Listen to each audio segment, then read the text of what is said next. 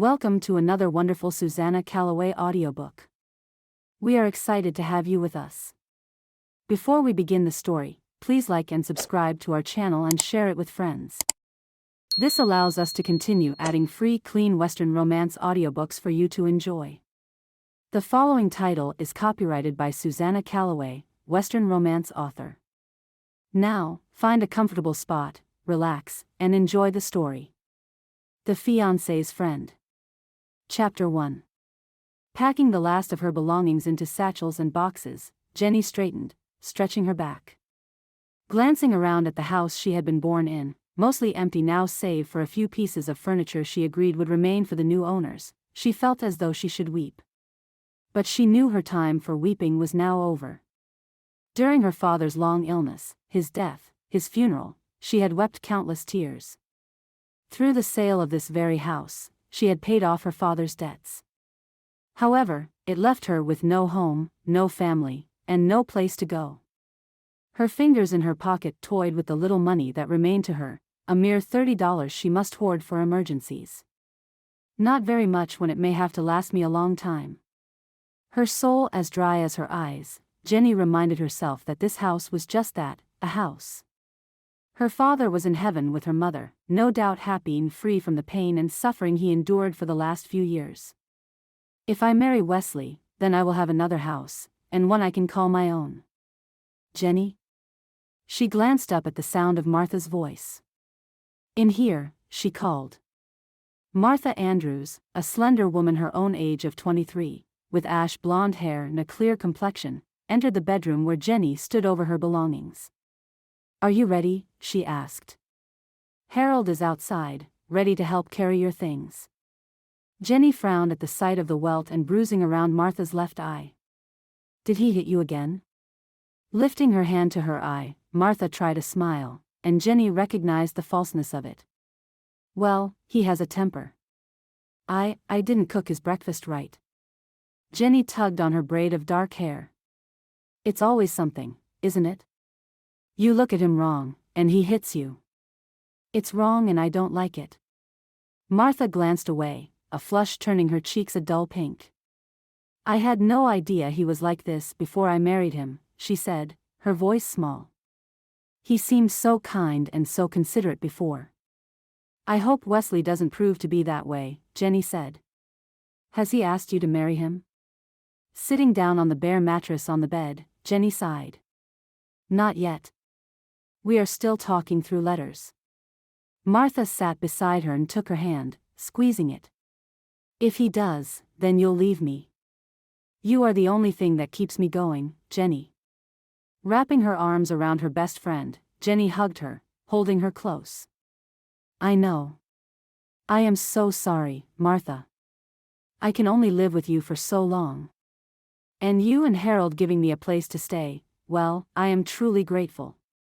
But we both know how he is. And I know he can't be happy having me come. It's the least I can do. Martha smiled at her. But you're right.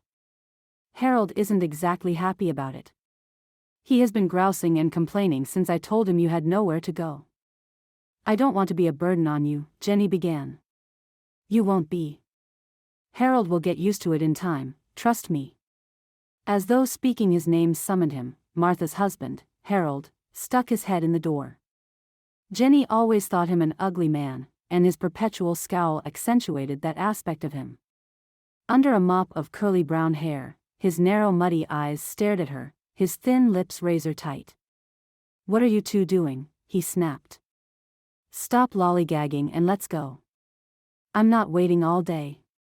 Grabbing a box and a satchel, he stormed out, leaving Jenny to stare and Martha to sigh. I'm sorry, Martha said, rising. She picked up a satchel and headed toward the door. I really don't want him any crankier than he already is. I don't either. Seizing the last two boxes of her possessions, Jenny took one last look around at what had once been her home. The new owners would be taking possession of it later in the day, and she had cleaned it for them, leaving it spotless. Resolutely, she turned her back on all her memories and on this place that had sheltered her for years and walked out, closing the door behind her. While Martha waited for her on the front stoop, Harold was already halfway down the narrow lane, stalking furiously toward their home a few blocks away. Both Jenny and Martha had grown up in this small town of Tidewater, Virginia, and had been best friends since childhood.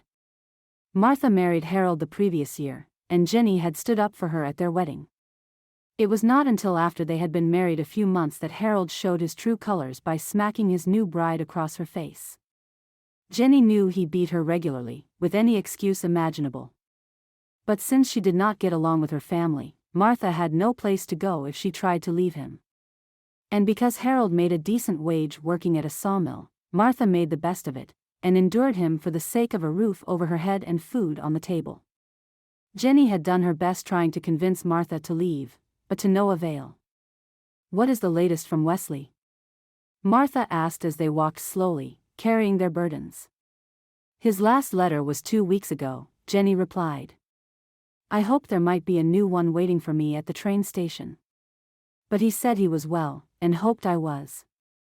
Of course, I wrote and told him of Pa passing, but he didn't reply with an offer to have me move to Arkansas." "Arkansas," Martha mused. "It's so far away." "Yes, it is." Jenny smiled a little. "But he seems so kind, Martha. His letters are so sweet, and it's clear he's intelligent. I am almost falling in love with him without even meeting him." "Is that possible?" "I dare say it is," Jenny replied, laughing. "Because it's happening to me." "Then I'd think he'd have feelings for you, as well," Martha said. "You have been corresponding for what? 3 or 4 months now?" "Yes, almost 5. So why hasn't he asked you to marry him?" "You found each other through the mail-order-bride agency, so he clearly wants to find a wife. We both know you'd make a wonderful wife and mother." Jenny tried to shrug under the weight of her burden. "I believe he is just being cautious," she answered. "I cannot blame him, for I am, too. Marriage is a huge step, and not something to be taken lightly. It's not easy to undo it once it's done, as you so well know." "I do know." Jenny glanced sidelong at her friend, even though Martha's voice held no bitterness. "I'm sorry." "Don't be. Harold was my mistake. I made it. Now I have to live with it. Can't you go to the county sheriff? Maybe he can make Harold stop treating you so badly." Martha shook her head. "There is nothing anyone except Harold can do." Arriving at Martha and Harold's tidy house on the corner of 2 small streets, a short white picket fence surrounding the green, trimmed lawn, the 2 women discovered Harold sitting on the porch. Swigging a beer in a tall mug, he eyed them sourly as they walked up the steps. "Your stuff is in the back room," he said, his voice bitter, cold. "Drop that off, then fix me my lunch." Jenny noticed Martha immediately dropped her eyes and refused to meet Harold's. She nodded obediently and walked past him into the house. Jenny herself dared not show him defiance or anger, for she knew he may not hit her, but he would take his fury out on Martha. He had done it before. Following her friend, Jenny carried her boxes to the tiny room at the end of the hall, finding Martha depositing the satchel she carried next to the others already there. "Go ahead and start unpacking," Martha said, gesturing toward the small bureau. "I'm going to make his lunch. Afterward, you and I can eat." "All right. After that, will you walk with me to the station? I want to see if Wesley sent another letter." "I can't." Martha gazed at her, helpless. "He doesn't like me to leave the house." "Not unless he is with me." Jenny shook her head after Martha left the room, wishing there was something she could do to help her friend. But the law said a man could discipline his wife and didn't specify how. Few could or would interfere in the relationship between a man and his wife. Not for the first time, Jenny thought it was a dangerous law. Abuse was abuse, and no one should be forced to endure it. It did not take her long to unpack her immediate necessities and clothes, then she stacked the rest in the corner. Already filled with the narrow bed, the bureau, and a tiny wardrobe, she had little room to move around in it. Still, it was a roof over her head, and she would never complain. Leaving it, she went in search of Martha, and found her in the kitchen making them sandwiches. Harold ate his lunch, Martha said. So we can now have ours. Sitting at the small table, they ate their beef and onion sandwiches, talking. Harold went to the tavern, Martha said. He always does when he's not working. Does he get drunk? Sometimes, but not often. He doesn't have to be drunk to, you know. No, Jenny replied dryly. Just has to be feeling mean. Which is all the time. He does have his good points. Like what? Martha stared at her plate for a long while. He's a good provider. Jenny snorted. Ah, so he has one good character trait. I didn't think he'd even have that much. You know I can't defend him to you, Martha said, her tone miserable. But please, please, do not judge him. That's not for me to do, anyway. As far as I'm concerned, as long as he takes care of you but keeps his hands to himself, he can be as mean-minded as he wants. I can't control him, Martha said, standing up and collecting the dishes. Why don't you go to the station and see if you have a letter waiting for you? I will clean this up. Jenny walked the few blocks to the train station alone, passing the saloon on her way. Piano music floated out as well as the sound of laughter and the scent of cigar smoke. Pausing to gaze in, she saw Harold on a bar stool, chatting amiably with the bartender and drinking a beer. Moving on, she wondered if he showed his mean streak to others he knew, the people he worked or drank with. She decided he probably didn't, as no one in the town seemed to gossip about him, and she thought they would if he was violent outside his home as well as in it. The station master, a short, balding man with spectacles on his nose, greeted her with a smile. Good afternoon, Miss Marlow, he said pleasantly. I expect you are here to pick up your mail. Jenny brightened immediately. Then I have some? You do indeed. Just a moment while I find it. Standing behind his counter, he leafed through a small stack of envelopes. Ah, yes, here we are. Postmarked Sweetwater, Arkansas. Thank you. Eager, Jenny took the letter from him and tore open the envelope. Walking slowly toward the door, she read the missive from Wesley. My dear Jenny. I hope this finds you well. I wish to convey, again, my condolences upon the loss of your father. I, too, have lost my parents and now have no family in this world. The weather has been fine, with plenty of rain for the crops. It seems that I have taken to dreaming about you as I sleep. I see you with how you have described yourself, your hair in a long braid, your hazel eyes and sweet smile. Though I have never seen you in person, I believe I now see you in my dreams, every night. I myself believe I am not much to look at, as handsome could never describe me. But I will say I am not truly ugly either. But looks mean nothing, as it is what is within our hearts that truly counts. You can be as homely and plain as anything, but I could still love your kind heart. I know you have one, Jenny, for I read it in your letters. Please write me when you can, for your letters bring me much joy. Yours, Wesley Pike. Refolding the letter into its envelope, Jenny turned and walked back to the counter. May I write an answer, Mr. Jared?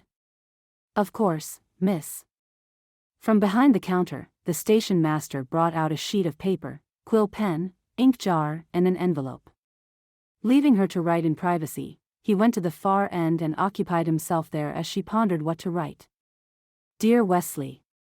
Your letters, too, bring me joy and much to look forward to. Thank you for your condolences, they mean a great deal to me. It was difficult to see my father pass, but he is no longer suffering from his dreadful ailment. His house has been sold, and I will be staying with my good friend Martha and her husband, Harold. I weary of the miles between us and hope that I may meet you in person soon. Though it is not my wish to place undue pressure on you, I do so hope and pray that we will have a future together. You also seem to be a kind and compassionate man, one I would love raising a family with. For now, however, I am enjoying our correspondence, and have nothing save the warmest regard for you, Wesley. You have become the light in my dark and sorrowful life. I, too, feel the goodness that flows from you in your letters, and look forward to reading more. I do hope I am in your heart, for you truly are in mine. Yours, Jenny. After folding the missive into the envelope, Jenny wrote his address on it, then paid Mr. Jared for the paper and stamp. Then, as if she could barely feel her feet on the wooden sidewalk, she floated back to Martha's house. He is going to ask me to marry him soon. I can feel it. Happy as she always was after reading one of his tender letters, she hardly noticed that Harold had returned from the saloon, reeking of alcohol. Chapter 2. Jenny's euphoria did not last long. As she told Martha about Wesley's letter, the crash of breaking glass sounded from the kitchen. With her expression filled with alarm and no little fear, Martha hurried from Jenny's room.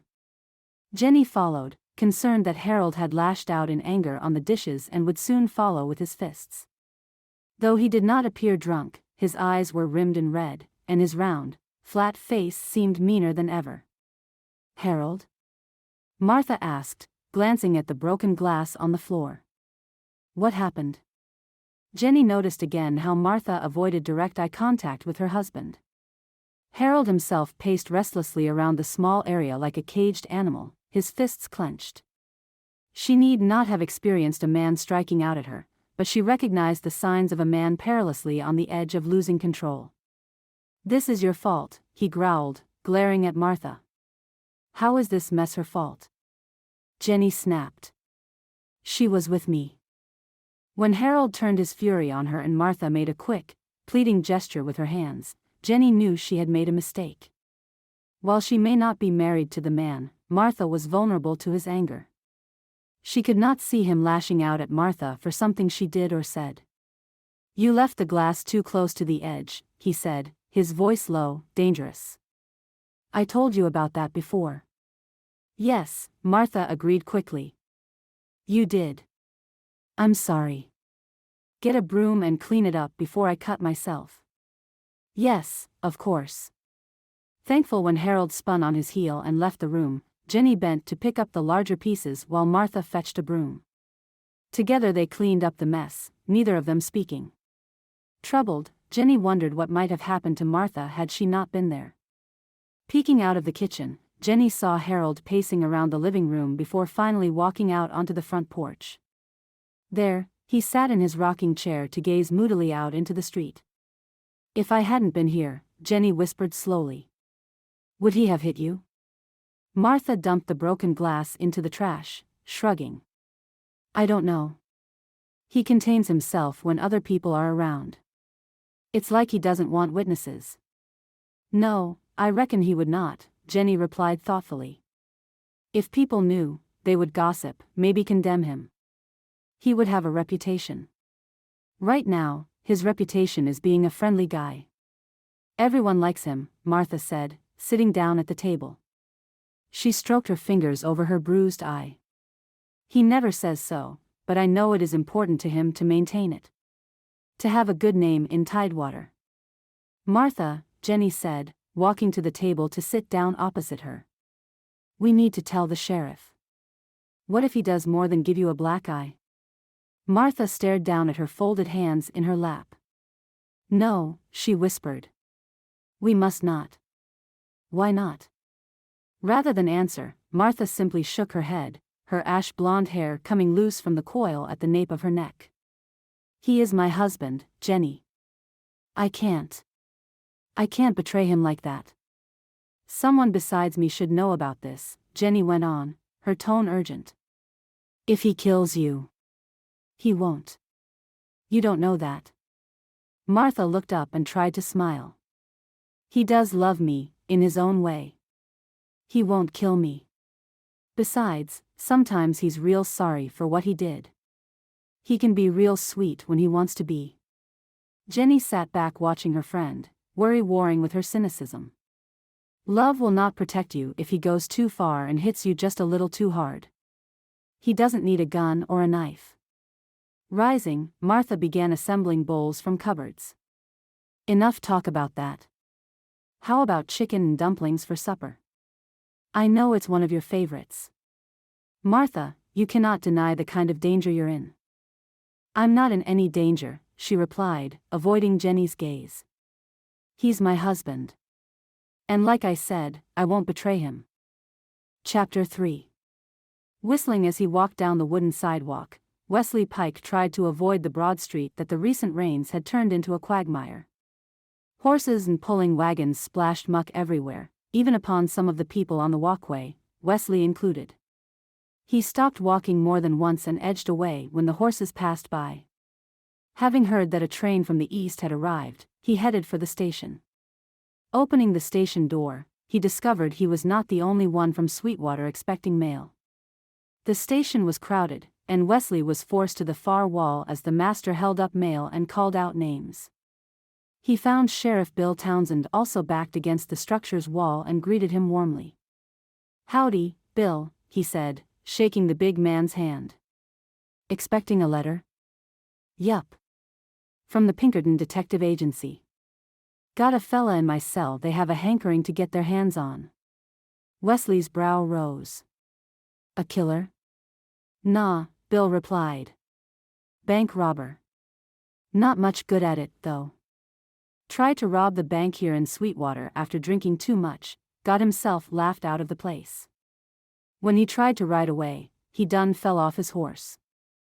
I had no idea someone tried to rob the bank."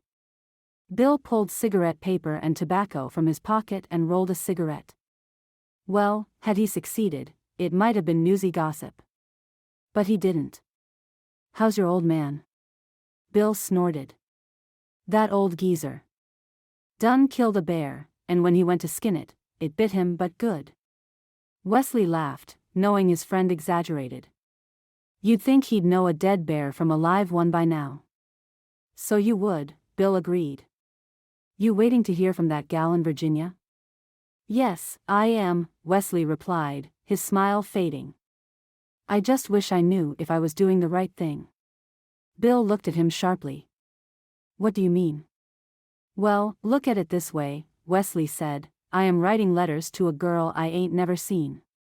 While she seems nice and all, what if it's all a trick? I bring her out here to marry her and I discover, too late, she is not what she seemed or wrote in her letters. And you don't find out until after you're married, is that it?" "Exactly." Bill nodded, pondering and smoking. "Of course, that is the risk in a mail-order bride situation, Wes. All I can tell you is that I have seen it work." "You have?" "Sure. Do you know Thornton and Maggie Reeves?" Wesley frowned thoughtfully. "I think I know who you mean. They met through the mail-order bride agency," Bill said. "As did Bart and Martha Wilson. Both couples happy as pigs in slop. A few more couples also met this way and are now happily raising families." Encouraged, Wesley glanced up as his name was called.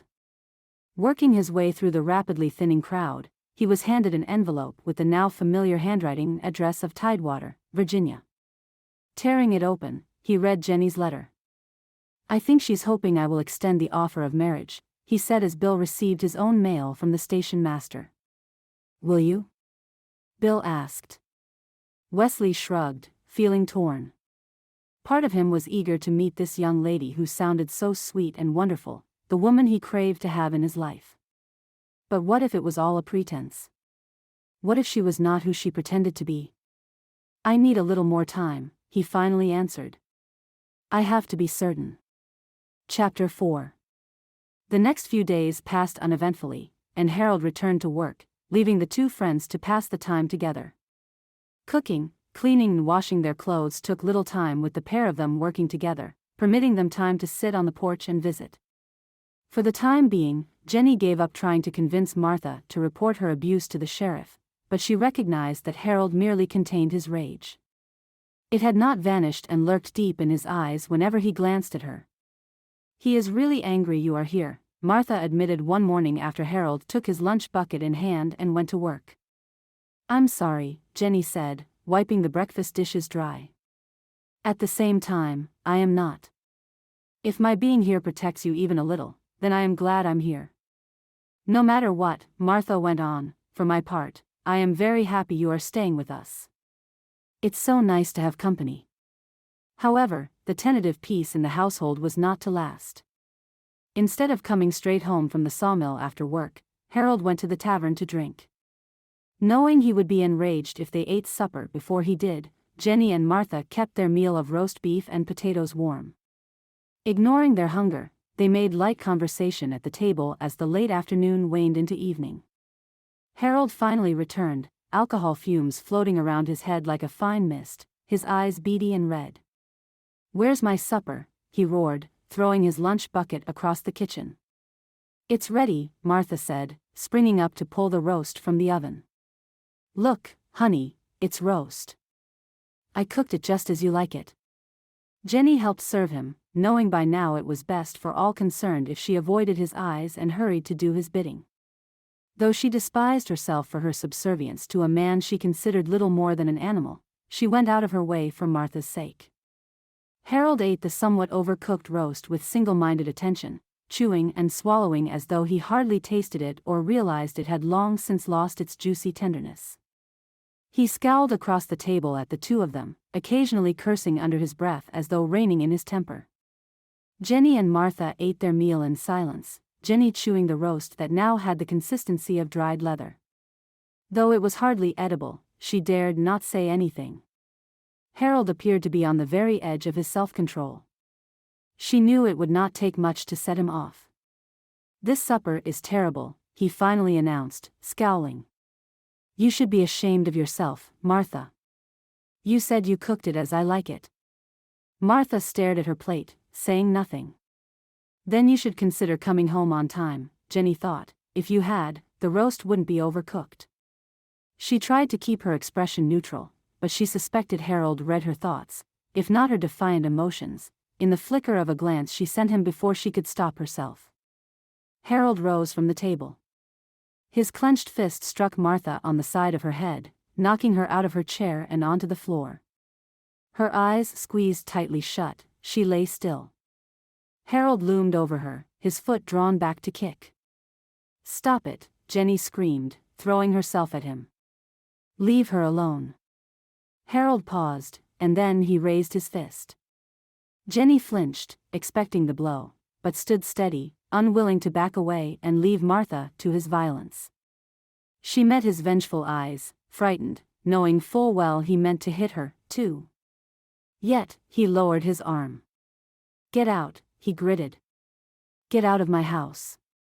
Jenny stood still, unwilling to leave Martha. "No."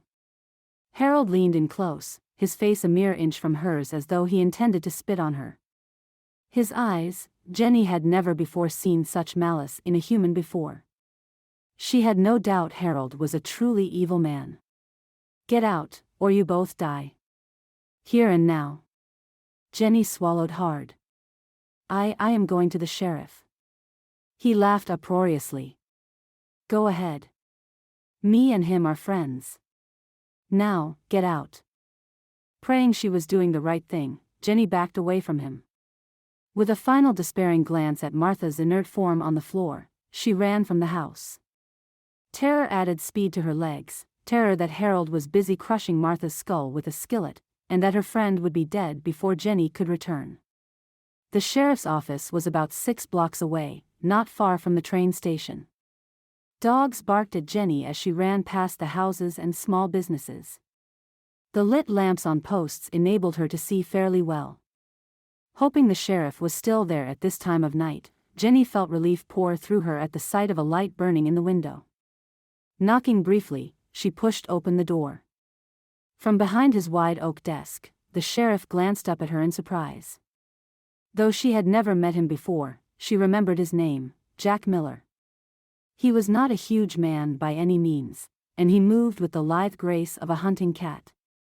Auburn hair streaked with premature gray, Jenny had always thought him to be in his middle 30s. His blue eyes in his tanned and rugged face eyed her with alarm. "Is there a problem?" Jenny nodded, trying to catch her breath. "My friend, Martha Andrews. Her husband hit her. I am afraid he's going to kill her." Sheriff Miller frowned. "There's no law against a man hitting his wife," he said, slowly. "But there is if he kills her." "What makes you so sure he plans to?" Jenny wanted to scream in frustration. "I saw him, Sheriff. I saw the look in his eyes. She might be dead already. I know Harold Andrews, Sheriff Miller said. I always thought of him as an agreeable sort of fellow. Not given to violence. And what you don't know about him will see Martha into her grave, Jenny snapped.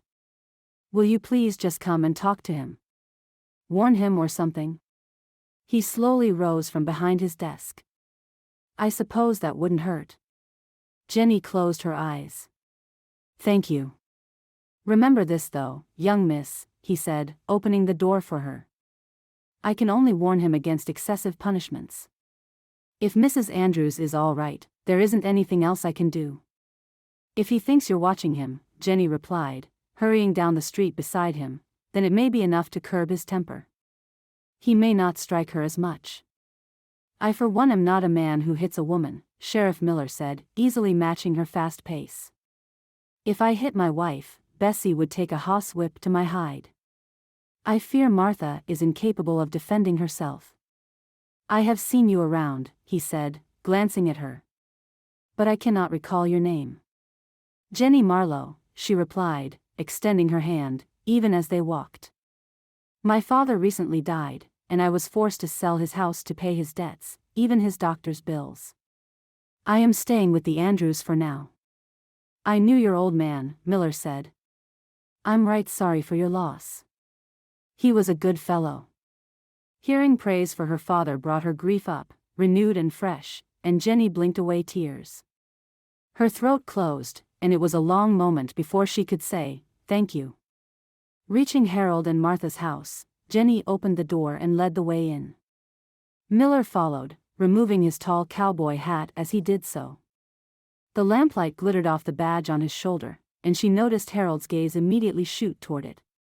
He sat, calm and feigning surprise at the late visitor, in the living room, his feet on a footstool. How nice to see you, Jack, he said, his voice agreeable as he rose. What brings you here?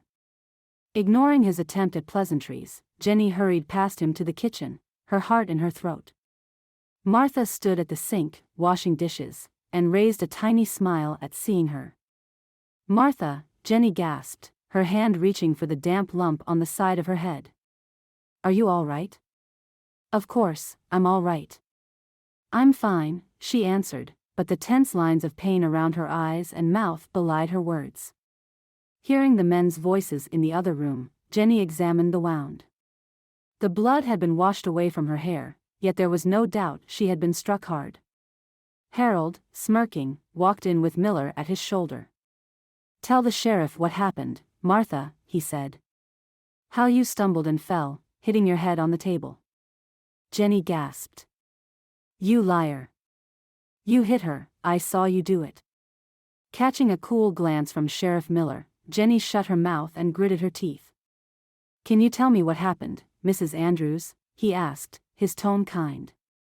Her head bowed, meeting no one's eyes, least of all Jenny's. She murmured, I fell. I hit my head. Martha. See, Sheriff, Harold said expansively. My wife fell, and while Miss Marlow was off telling lies to you, I helped Martha take care of her injury.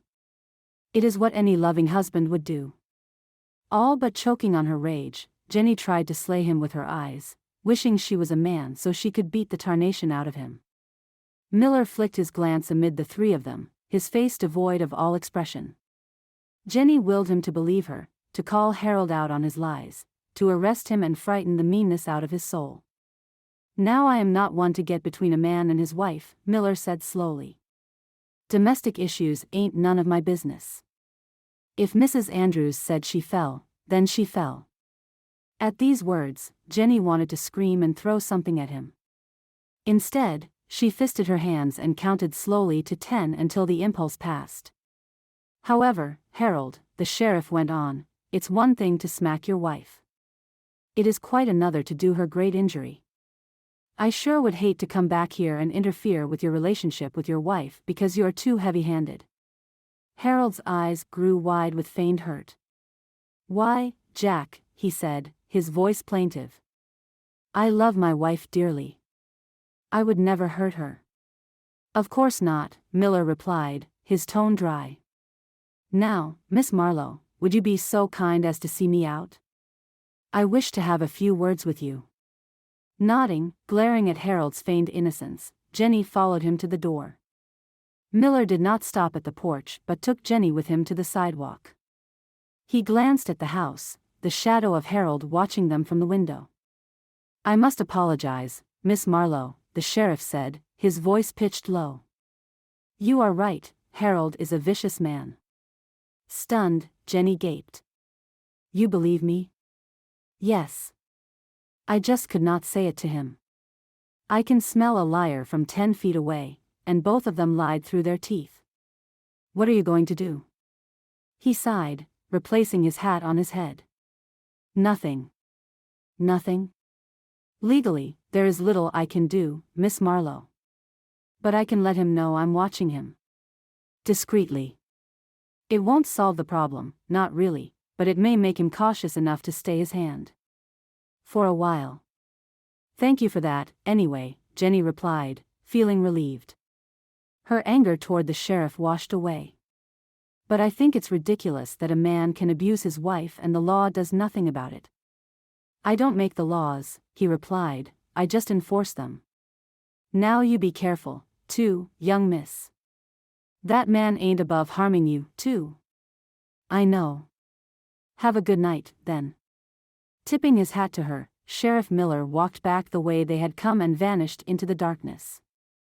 Jenny watched him leave, feeling dread replace her anger and relief. Not knowing what she faced by going back into the house, she steeled herself and returned inside. Oddly, Harold sat in his chair, staring at the fire on the hearth. He did not look up or speak to her as she went past him and into the kitchen. Martha sat at the table, weeping silent tears, a dishcloth held to her face. Her shoulders shook with the effort of not letting a sound emerge. "Martha." Jenny sat in the chair beside her, and rested her arm over the other woman's shoulders, trying to still their trembling. "It's all right, Martha. I'm here." "I'm so sorry," Martha whispered, her words almost unheard through the towel. "I am so sorry." "Why should you be sorry?" Jenny said, brushing her hand gently over Martha's hair. "Everything is going to be all right." Lifting her face from the cloth, Martha gazed at her through red, streaming eyes. "No. They won't be all right. I had to lie, Jenny. Well, my husband does love me. He just gets tired sometimes. You know, he works awful hard at his job." "What?" Jenny stared at her. Martha didn't answer. "I need to go to bed." Helpless, Jenny watched her make her way slowly out of the kitchen and down the hall toward the bedroom she shared with Harold. She heard the door close. Not long after, she listened as Harold's heavy strides also walked down the hall and go into the bedroom. But she sat in the chair until late, thinking, before she turned down the lamps and sought her own sleep. Chapter 5. My dearest Jenny. I must tell you how much I enjoy your letters and look forward to them. I feel as though I can see your beautiful soul shining through your words, hear your voice speaking to me. Not a day goes by that I do not think of you, to wonder how you fare, and of course, whether you are thinking of me. Forgive me that I have not spoken for you, yet. I do want to marry, of course, and raise children. I am simply uncertain if this is the correct route in which to find a bride. Please allow me time to consider things and pray for the right course to present itself. I beg you to think kindly of me and keep me in your prayers, as you are in mine. Yours, Wesley Pike. Despair flooded Jenny's heart. After all this time, Wesley still had not asked for her hand in marriage. While she understood his reluctance in asking a virtual stranger to marry him, she could not wait forever. He had told her that single, marriageable women were scarce in Sweetwater, Arkansas, so she did not fear he would find a bride in his town. Once again fishing out coins from her handbag to buy paper, an envelope and a stamp, she wrote a reply immediately. Dearest Wesley. As always, your letter warmed my heart. I truly look forward to hearing from you and hope that one day soon I can meet you in person and gaze into your eyes. I close mine and picture myself in your arms, to hear your heartbeat in your chest, and know that when I am with you, I am cared for, safe and loved. My feelings for you have grown throughout our correspondence, and I cannot help but feel as though I have known you all my life. Be well, my Wesley, and do not hesitate to write me back. Your true love. Jenny. Wondering if she had been too forward in informing him of her feelings, Jenny reread what she wrote. I must be honest with him, she muttered, folding the paper and settling it into the envelope. I do have feelings for him.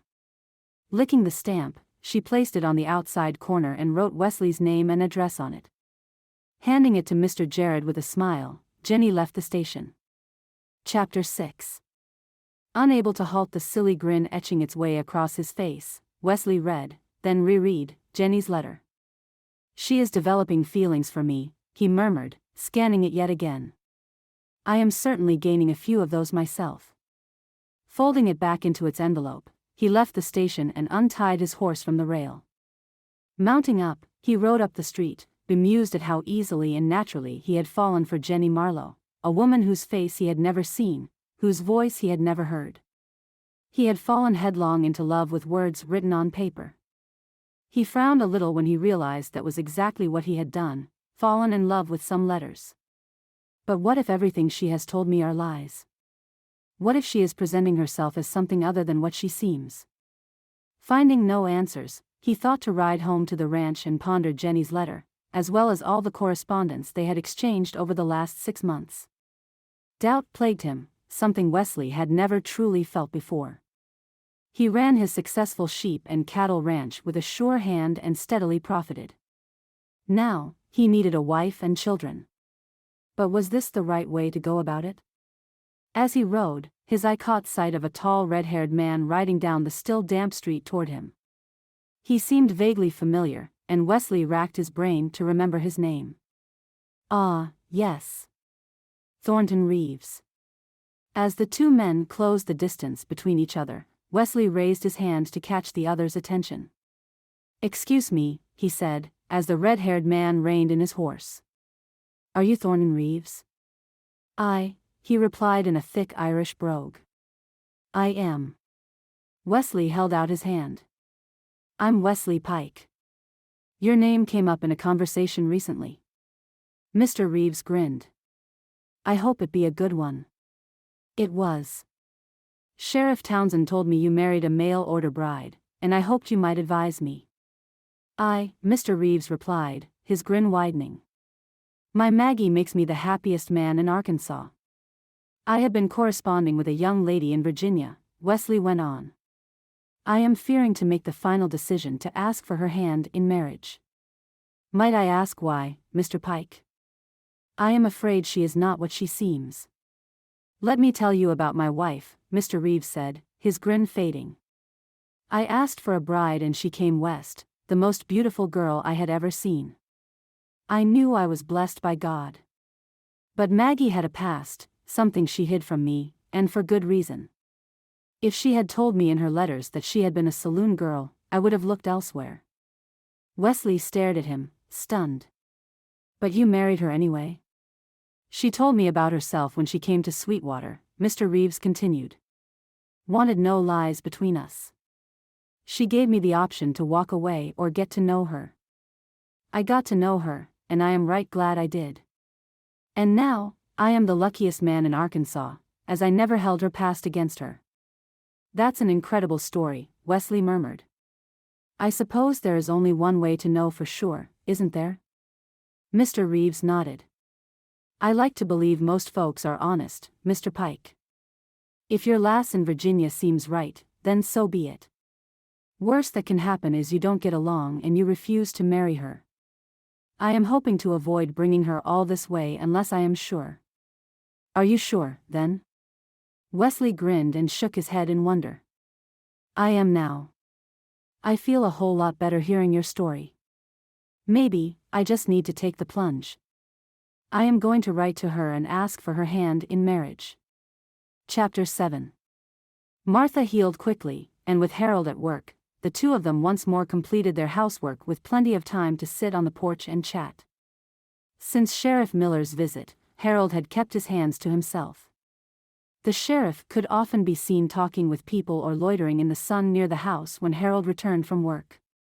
Jenny had seen the two men eye one another as Miller cheerfully waved, and Harold nodded back with a tight expression. "I feel safer when the sheriff is around," Martha confessed as they drank tea on the porch, their sunbonnets protecting their faces from the bright sun that shone below the porch roof. "But he can't spend all his time watching over you," Jenny told her, smiling and waving as two stout matrons passed by on the lane. "Martha, please consider leaving him." "Leave him? He's my husband, Jenny. Besides, where would I go?" Martha asked. "You know my folks will not let me stay with them." Jenny shook her head. "The boarding house can take you in. And I heard rumors in town that the hotel is hiring maids. You can work there and be free of him. For good. You know how people frown upon divorce, Jenny. I will be an outcast. But you'll be alive." Martha gazed out over the tidy homes on the street, children chasing a ball while a pair of small dogs chased them, yapping happily. "I think that if I were to have a child, it would soften Harold's heart. And his fists." "I don't agree," Jenny replied, her tone alarmed. "It will give him one more outlet for his rage." Her friend's voice dropped. "I wish I had never married him, Jenny," she said, miserable. "My parents never approved of him, and now they have turned their backs on me. When I try to explain, beg their forgiveness, they simply say, 'We told you so.' That's cruel. It's my lot. And Harold, well, like I've said before, he has his good points. I have everything I need." Jenny cringed. "Everything you need? What about love and respect?" She sighed. "There has to be an answer for this. Some kind of solution that will keep you safe." "Sometimes I wish he would kill me," Martha admitted. "Just get it over with." Jenny jumped from her chair. "Do not say that. How can you speak such words?" "Why not? It's the truth." "Well, here is one more truth," Jenny snapped. "If he kills you, then I will either hang or spend the rest of my life in jail, for I will kill him." Martha gaped at her, shocked. "You cannot mean that." "I do," Jenny said fervently, before sitting down again. Fortunately for them both, Harold minded his manners and kept his fists to himself, but the menace in his eyes made Jenny shiver.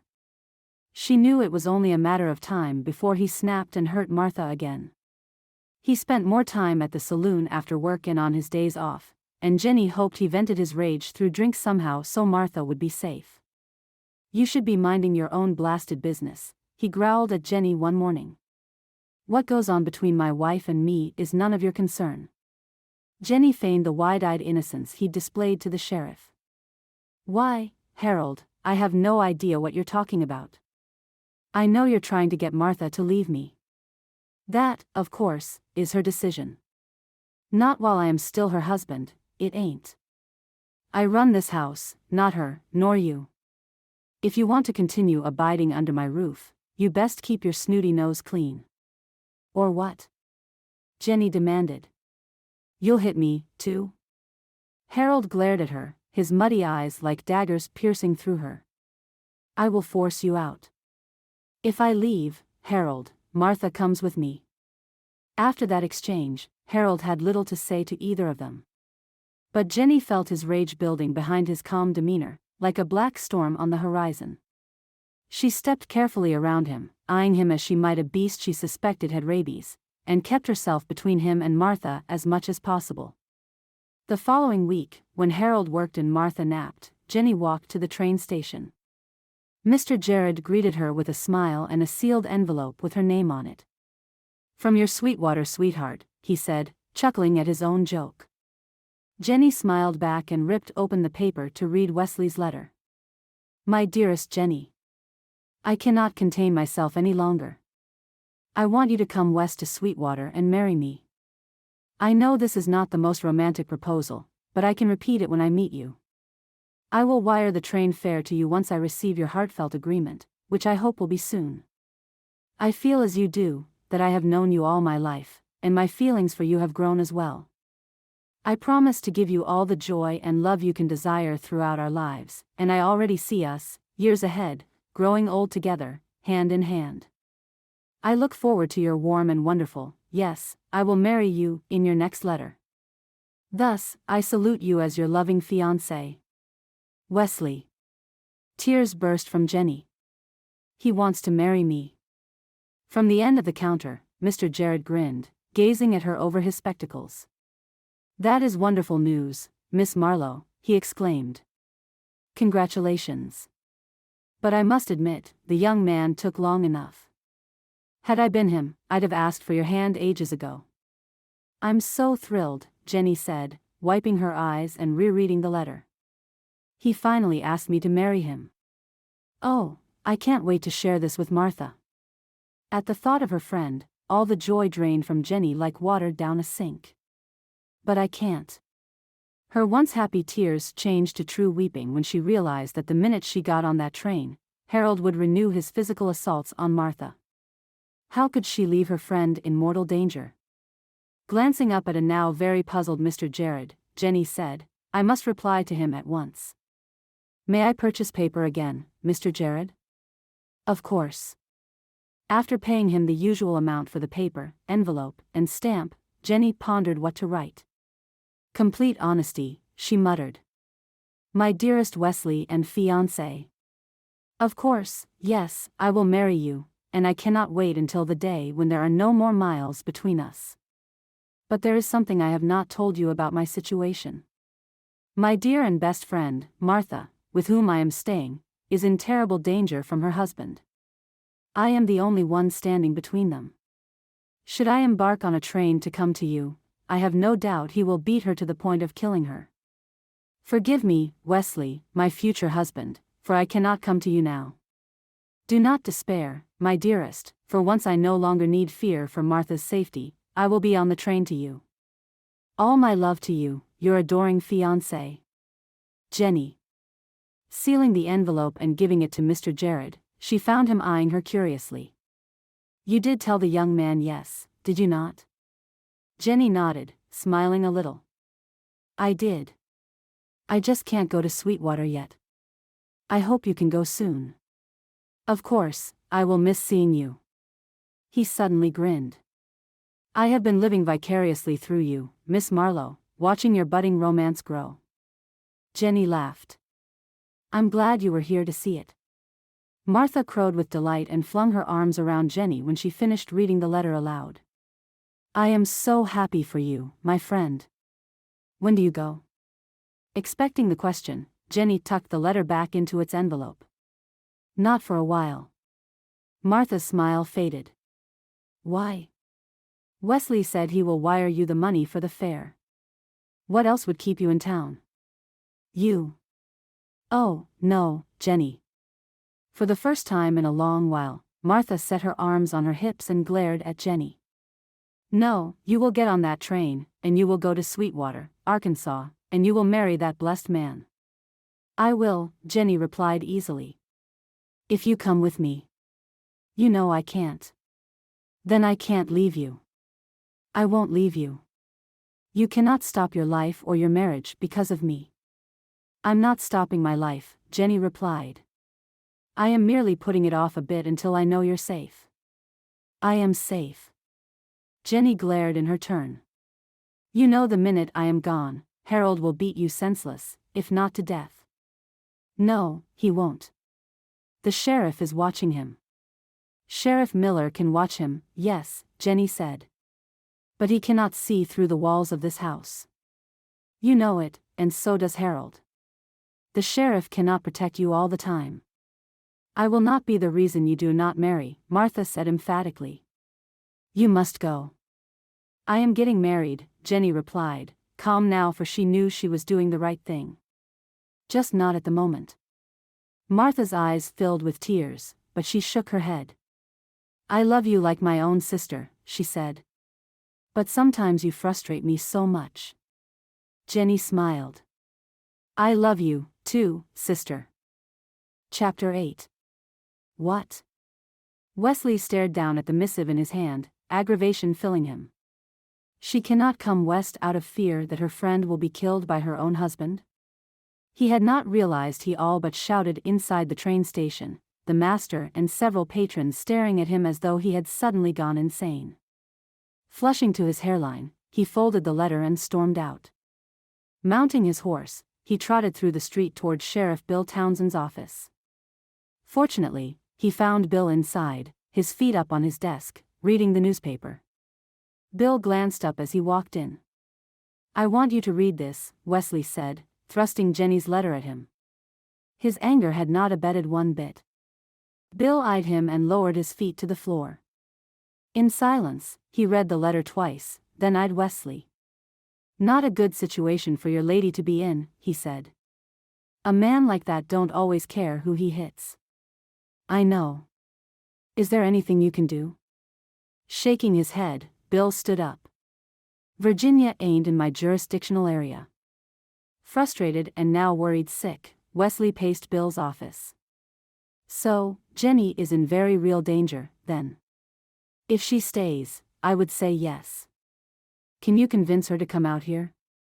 "I can try," Wesley replied, running his hands through his hair. "But one thing I have learned through her letters is that Jenny is fiercely loyal to her friends. She's dedicated, nursed her father until his death.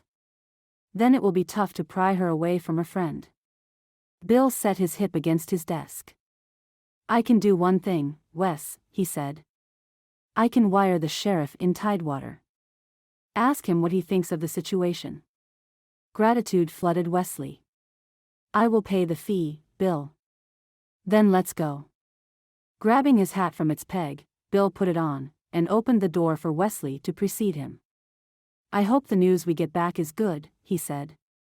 "Maybe this husband has a heavy hand, and your Jenny exaggerated the element of danger." She sounded convinced that her friend would be killed. Bill nodded. "Nor from her letter did I get the notion that she is an excitable type either." The telegraph office lay only a few doors down from Bill's office. Going inside, Wesley pulled some money from his pocket as Bill recited his questions for the clerk to tap into his machine. Once done, Wesley paid him, and Bill asked him to notify him the moment an answer came back. "This may be a while before we hear back," Bill said as they walked out onto the sidewalk. "I'll go to the hotel and grab a bite," Wesley said. "If you are hungry, it'll be my treat." "I think I'll take you up on that offer. Just let me tell John where we'll be in case an answer comes back." The two men sat in the hotel and ate lunch, Wesley fretting with every moment that passed without the telegraph clerk arriving to inform them they had an answer. Though he tried hard not to, he worried that Jenny might already have been hurt by this beast of a husband. The clock's hand crept slowly around until an hour passed, then two. At last, the clerk walked through the door. Bill waved his hand to get his attention, and then read the short response, frowning pensively. Wesley itched to grab the paper from Bill's hand and read it for himself. Then Bill handed it to him. Wesley read it quickly. "The sheriff believes this Harold Andrews fellow is a real danger to his wife," Bill said as Wesley read the same thing. "Describes him as a vicious dog." "I have to get Jenny out of there," Wesley said, dropping the note to the table. "But how?" "The girl has her own mind, Wes. You'll just have to let her work it out." Chapter 9. Martha decided to not tell Harold about Jenny's marriage proposal, and the two celebrated with small glasses of wine on the porch. "I wish I could be there for your wedding, Jenny," Martha said, sipping her wine. "You can," Jenny replied. "Come with me." "Oh, Harold will never permit me to go." "What kind of wife would I be if I deserted my husband?" "An alive wife." Martha scowled. "Please, stop. I can't listen to it anymore." "And what makes you so sure he will try to kill me?" "Harold himself," Jenny said, gazing at her friend. "My gut. Sheriff Miller. Take your pick. You don't seem to realize how truly vicious he is. Even if he doesn't intend to kill you, he is strong, and you aren't. He could hit you again, and hit you too hard. Then your head bounces off the table. Stop." Jenny fell silent and watched Martha closely. She sensed that Martha was close to giving in. She witnessed her internal struggle, and she recognized that Martha only stayed with Harold out of duty, not love. She considered giving Martha another push, to see if her friend might finally be persuaded to run away, but Martha spoke before she could. "I will think about it, Jenny," she said, her voice soft. "That is all I will promise you right now." "That's enough for me," Jenny said, sipping her wine. "That's all I can ask from you." As had become his habit, Harold went to the saloon after work and returned home late. And drunk. He also sported a black eye, swollen nose, and split lip. Jenny dared not look at him for fear she would break out into wild brays of laughter, but Martha went to him, concerned. "Harold," she said, her voice worried. "Are you all right? What hap?" Jenny heard the sharp thwack of his hand striking flesh and spun around in time to see Martha stagger backwards, her own hand rising to her face. But she tripped over a chair behind her, tried to catch her balance, and fell. Her arms flailing, she landed against the sharp edge of the stove with her back and ribs. "Martha!" Jenny screamed. Martha, the blood draining from her face, collapsed on the floor and gasped, trying to breathe, writhing in agony. Jenny dropped to her knees beside her, trying to hold her still. "Martha, just breathe, Martha, you're going to be all right." Jenny glared at Harold over her shoulder. He stood, swaying slightly, his eyes wide as he stared at his wife as though he had no idea what had just transpired. "Go get the doctor," Jenny snarled. "Ah, hell, she'll be all." "Get the doctor, now." Pouting like a spanked little boy, Harold muttered under his breath, then turned and shambled toward the door. Turning back to Martha, Jenny found her still gasping. "My ribs. I think they're broken." "Hush, now," Jenny soothed, brushing Martha's hair back from her face. "Don't talk, just breathe. Try to relax." "Jen, it hurts." "I know, dearest, I know. Remember when we were kids? How I fell out of the tree and broke mine? Remember how I screamed?" Martha tried a smile. "I remember. So just focus on breathing. When Harold comes back with the doctor, we'll get you into bed, eh? Get you fixed up. Shoo, don't try to talk." Though it seemed to take hours for Harold to return with the doctor, it truly was not that long, Jenny admitted to herself. She heard the men's voices in the other room and smiled encouragingly at Martha. "The doctor will give you something for the pain." "Hope so." It was not two men who tramped into the tiny kitchen, but three. Jenny found Sheriff Miller accompanying Harold and the doctor, Saul Winters, who tended her father for so many months. He eyed Jenny with surprise as he took off his black derby hat and gave her a warm smile. "Jenny," he said, dropping his bag on the table and removing his coat. "It is good to see you again." "You as well, Doc Winters." Jenny edged to the side as Dr. Winters knelt beside her to examine Martha, but she did not leave entirely. Martha, too, tried to smile at him, but cried out as his gentle hands probed her side. He glanced up, then rose to his feet. "Jack, will you help me to get her into her bed?" he asked, not even glancing in Harold's direction. Sheriff Miller nodded, and the two bent to carefully pick Martha up. But no matter how they tried to be gentle, Martha screamed in pain. Under her cries and sobs, they took her from the kitchen and, with Jenny following anxiously, placed her in the bed she shared with her husband. Sheriff Miller touched Jenny's arm. "Was this an accident?" he asked, his voice low. "Did she fall?" "Of course, she fell," Jenny snapped in an undertone. After he backhanded her across the face. The sheriff grimaced. He denied striking her. He lied. "All right." As Sheriff Miller left the room, Jenny helped Dr. Winters undress her, while keeping her mostly modestly concealed under the blanket. Jenny gasped at the hideous bruising along Martha's belly, ribs and back, yet tried to offer Martha an encouraging smile. Dr. Winters pulled a small bottle from his black bag. "Jenny, please fetch a glass of water." Heading into the kitchen, Jenny saw Harold and Sheriff Miller in the living room. Harold stared at his feet as Miller spoke to him in a low and threatening tone. She could not hear what he said. She pumped water from the hand pump into the sink. Filling a glass full of water, she returned to the bedroom. Thanking her, Dr. Winters poured a white powder into the water, stirred it, then encouraged Martha to drink it all. "This will drop you right into dreamland," he assured Martha as she drank it. "Soon, you won't be in any pain." Nor was he wrong. Within minutes, Martha relaxed, the lines of pain around her eyes and mouth vanishing. After a few more minutes had passed, she slept soundly. "Now I want to bind her ribs," Dr. Winters told Jenny. "You are my helper and her chaperone. I believe they are only cracked, not splintered, and binding them will help her heal and ease her pain. But she will have to remain bedridden for several weeks." Jenny nodded. "I'm staying here until, well, for the time being. I can do her chores and care for her." "Good. Because I don't think that useless lug she married will." That useless lug Martha married sat in the living room, his head in his hands, as Sheriff Miller stood over him. As though waiting for her to appear, the sheriff approached Jenny as she and Dr. Winters emerged from the bedroom, Jenny softly closing the door behind her. "I'm taking Harold to jail for a few days," Miller said.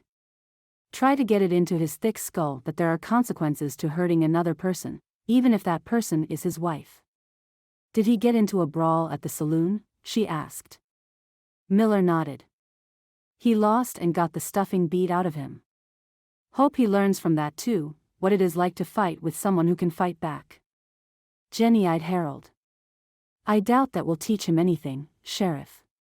He's a bully, and bullies only pick on people weaker than themselves." He tipped his hat to her. "You may be right, Miss Marlow." Taking Harold with him, Sheriff Miller left the house. Not truly realizing how tense she was with Harold in the house and drunk, she drew a deep breath as the door closed behind them. At least she and Martha would have a few days of peace before Sheriff Miller turned him loose. "Jenny," Dr. Winters said, garnering her attention. "I want you to give Martha a small amount of this packet twice a day for her pain. Just a pinch in water is all she needs. Make sure she gets rest, lots of water to drink as we do not want her dehydrated. Get her to eat as much as you can, soup and the like, but don't worry if she has no appetite for a while." "All right. Thank you." He patted her shoulder. "I'm very glad you're here for her, Jenny." "Me, too. I know you'll look after her very well indeed. Just as you did your father." Jenny tried to smile. "Will you come back and look in on her?" "Tomorrow." After showing him to the door, Jenny checked on Martha, assuring herself that her friend still slept, then went to the kitchen. Dinner had been a roasted chicken with carrots, potatoes and freshly baked bread. Though not hungry, she took the chicken from the oven, and made herself eat a few pieces. "You are going to become soup," she told the brown fowl. "Just what Martha needs." Feeling oddly alone with Martha asleep and Harold gone, Jenny felt restless. She cut the chicken up, put the pieces into a pot for the morning, and did the same for the uneaten carrots and potatoes. Humming to comfort herself through this weird sensation of being virtually alone in someone else's home, she thought about Wesley, about his marriage proposal, and she smiled to herself. "Soon, Wesley," she murmured. "Soon, we will be married." Chapter 10. Soup. Martha asked. "For breakfast?" Martha admitted to feeling a great deal of pain, and Jenny gave her a pinch of the white powder per Dr. Winters' orders. After it took effect, Martha said she felt strange, lightheaded, as though she could float on air. Holding the hot bowl in her lap with a towel to protect her, Jenny fed her spoonful after spoonful of the fresh chicken soup. "Where is Harold?" Martha asked in between sips of the soup. "Jail." Martha closed her mouth and stared up at her. "Truly? It's where he belongs. Sheriff Miller took him last night." "Oh." After eating as much as she could handle, Martha fell asleep. Jenny watched her for a few minutes, then pulled the bed covers up to her chin and quietly left the room. She admitted the soup made an interesting breakfast and ate some herself in the kitchen, then began the daily chores. It felt strange, again, to do the work alone that she'd shared with Martha the last few weeks, but she cleaned and washed clothes as she always had when her father was alive. As she worked, she daydreamed of the same chores in her own home, cooking for Wesley, washing Wesley's clothes, waiting for Wesley to come home from work. He asked me to marry him and I said yes. That thought pursued her through the day as she cared for Martha and Martha's home, giving her the feeling of walking on air, too. Dr. Winters arrived in the middle of the afternoon. He accepted a cold glass of tea, listened to Martha's heart and her complaints of being fed chicken soup at every meal, and pronounced her on the mend. "I ordered the soup, young lady," Dr. Winters informed her placidly. "Though I will politely ask the cook for a few variations on your behalf." Thus, Jenny extended her culinary skills to make a beef soup, a bean soup, and a pea soup until Martha declared she wanted solid food on her third day of being bedridden. She glared. "I want roast beef, or I'll scratch your eyes out, Jenny." "In a broth?" Jenny widened her eyes innocently. "I am going to strangle you." With Martha healed enough to sit gingerly up in bed with pillows behind her against the headboard, Jenny fixed a meal of roast beef and gravy over mashed potatoes, and Martha moaned with happiness as she devoured her dinner. "This is heavenly," she declared. "Now your soups were delicious, but, really? Every day?" "Doctor's orders." Harold returned after Martha resumed eating solid food, much to Jenny's dismay. She liked not having him around, not having to walk on eggshells, not fearing what he would do next. But, as though the time spent in jail and being whipped in a fair fight had taken the spine from him, Harold spoke politely and respectfully. He kept his hands and eyes to himself, and kissed Martha on the brow as she lay in bed. Not trusting his new behavior an inch, Jenny fed him and cleaned up after him, fixed the lunch he took with him to the sawmill, and tried not to pray he'd be sawed up with the lumber. She knew such thoughts could backfire on her, though she suspected he deserved nothing less. Martha grew stronger with every passing day, her pain less fierce, and soon walked around the house carefully. Jenny made sure she sat on the porch more often than she walked around, and the need for Dr. Winters' powder grew less and less. As what usually happened in small towns, gossip now flew through the streets that Harold Andrews badly beat his wife. As Jenny walked into the train station to see if a letter from Wesley arrived for her, Mr. Jared inspected her over his spectacles. "Are you all right?" he asked, his tone stern. Jenny hesitated in surprise. "Well, yes, Mr. Jared. Why would I not be?" "That wretched Andrews fella," Mr. Jared snapped. "It's one thing to correct your wife, to discipline her, but to beat her nearly to death, that is despicable. I grew concerned when you did not arrive to ask for your mail. Thank you for your worry, but I am fine. Martha is recuperating, and I will convey your warm regards to her." "Yes, do that. Here is your letter." With her customary eagerness, Jenny ripped open the envelope and read. "To my dearest fiancée, Jenny. I am elated that you agreed to become my wife, and yet dismayed by the reason you cannot come west right now. I would be lying if I said I am not worried for your safety, as well as that of your friend. I am very concerned and wish that you will depart on the next train to Arkansas. Though I admire your loyalty to your friend, you must also have a care for yourself. Please be careful and come home soon. Your soon-to-be loving husband, Wesley Pike." "Come home," Jenny murmured, rereading the letter. "Yes, somehow I need to go home. Good news, I hope." Jenny glanced up at Mr. Jared. "Wesley said I should come home. Isn't that the sweetest thing he could say to me?" Mr. Jared cocked his head as though not quite understanding, but he smiled. "Yes, that is rather romantic of the young man. Are you planning to write him back?" "Yes, I certainly am. To my soon-to-be loving husband. Things here have taken a bad turn. Harold badly injured Martha, and she is bedridden. As you must understand, had I not been there to help, who knows what might have happened. He spent some time in jail for it, but I do not believe for an instant he won't do it again, or worse, kill her. Again, I beg your forgiveness and patience while I try to find a way to either persuade Martha to leave him or stop Harold from harming her again. Your soon-to-be loving wife, Jenny. Wesley crumbled the letter in his fist. That scum, he growled. If you dare touch Jenny, so help me, you are a dead man. Turning to the counter, he beckoned the station master. When is the next train to Tidewater, Virginia? Just one moment, sir, while I look it up. Wesley waited, stifling his impatience, as the master consulted his schedules, running his fingers down the long columns. At last, the man glanced up. It looks like one will be arriving in Sweetwater in 3 days. It will be heading east, sir, and can take you to Tidewater. Excellent, Wesley said. Put me down for a ticket. Chapter 11. Let us get out of the house for a while, Jenny said.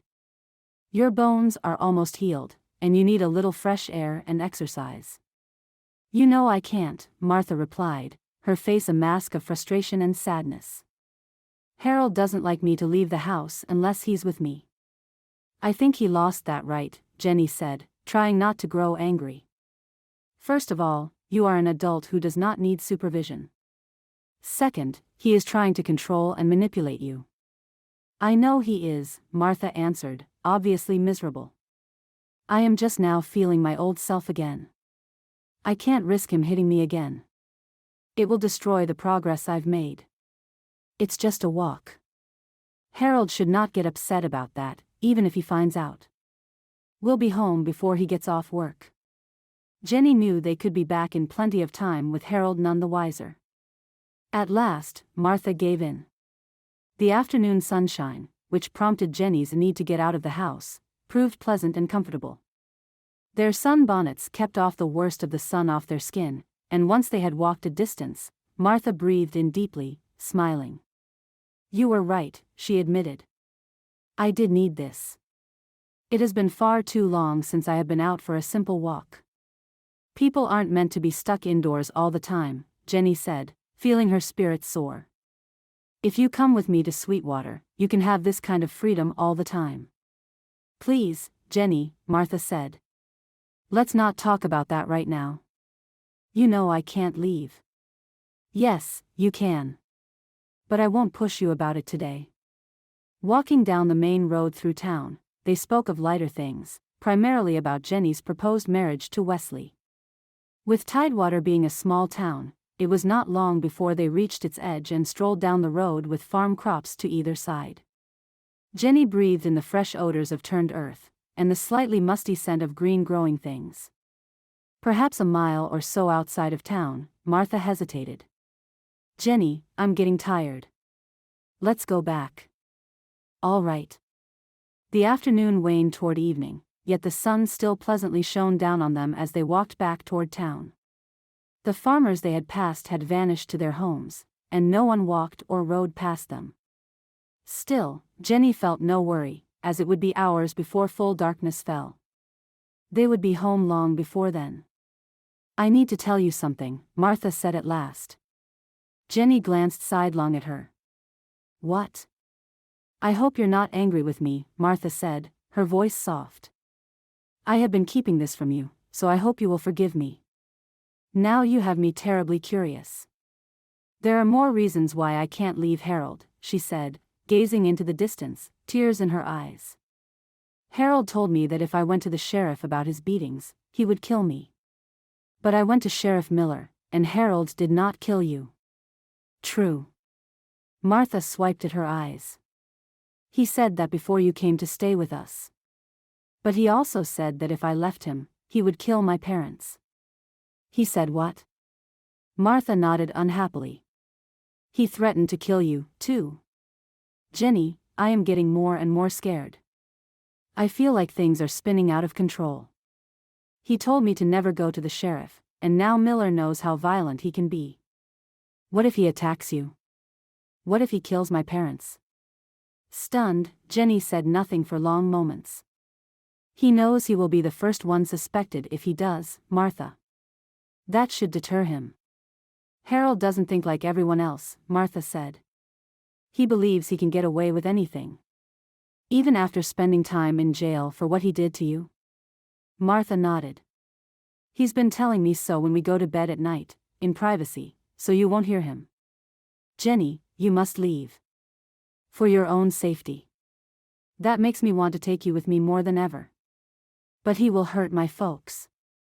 Feeling a mixture of anger, frustration, and new fear, Jenny walked on. There has to be an answer somewhere. He can't be allowed to keep doing this to you. Yes, he can. He's my husband. The sound of hoof beats sounded from behind them, but Jenny didn't look up. She assumed the rider was a farmer or a rancher heading into town. So engrossed in her thoughts, she paid the rider and horse no heed until Martha screamed. Horrified, Jenny stared up into Harold's drunken and triumphant face. Upon reaching down from the horse's saddle, he had seized Martha by her shoulder, and was hauling her up and into his lap. Though she struggled, Martha had not his strength, and was lifted, belly down, across the saddle in front of him. No! Jenny yelled, rushing forward. Harold's heavy boot pushed her violently back, hurling her onto her backside on the road. Stunned and winded, Jenny stared up into Harold's evil face. His reddened eyes peered down at her, and she knew he had spent the day drinking and had not been at work. No doubt, he watched them walk past the saloon, and now exacted his revenge for Martha's disobedience. Let her go, Jenny screamed. Harold kicked the horse into skittering sideways, beyond her reach. He sneered. This is my wife, he grated through a nasty grimace. I will do with her as I please. Harold, Martha begged, weeping. You're hurting me. Let me down. Laughing, he gave her a playful swat on her buttocks. I will hurt you far more than that. Pointing his finger at Jenny, Harold's sneering smile vanished. Now you listen good, woman. You get your things and get out of my house. I don't care where you go, just leave. And if you squeal to the sheriff about this, I will kill Martha. I swear I will slit her throat and be gone before anyone can find her body. No one will ever find me. Do you hear me? Staggering to her feet, Jenny stared at him, terror coursing through her veins. Yes, she whispered. What did you say? Yes, I heard you. You won't go to Sheriff Miller? No. I will not go to the sheriff. And you will leave my house? I will leave your house. Just don't hurt her.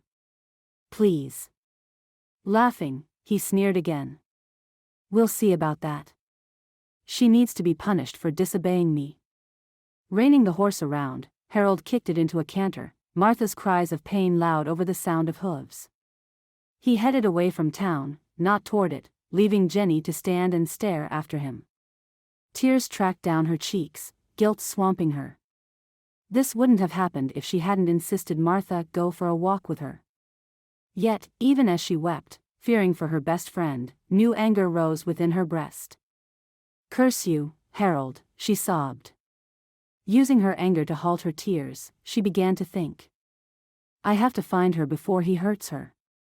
Wiping her streaming face and eyes on her sleeves, Jenny gazed in the direction Harold had ridden, taking Martha with him.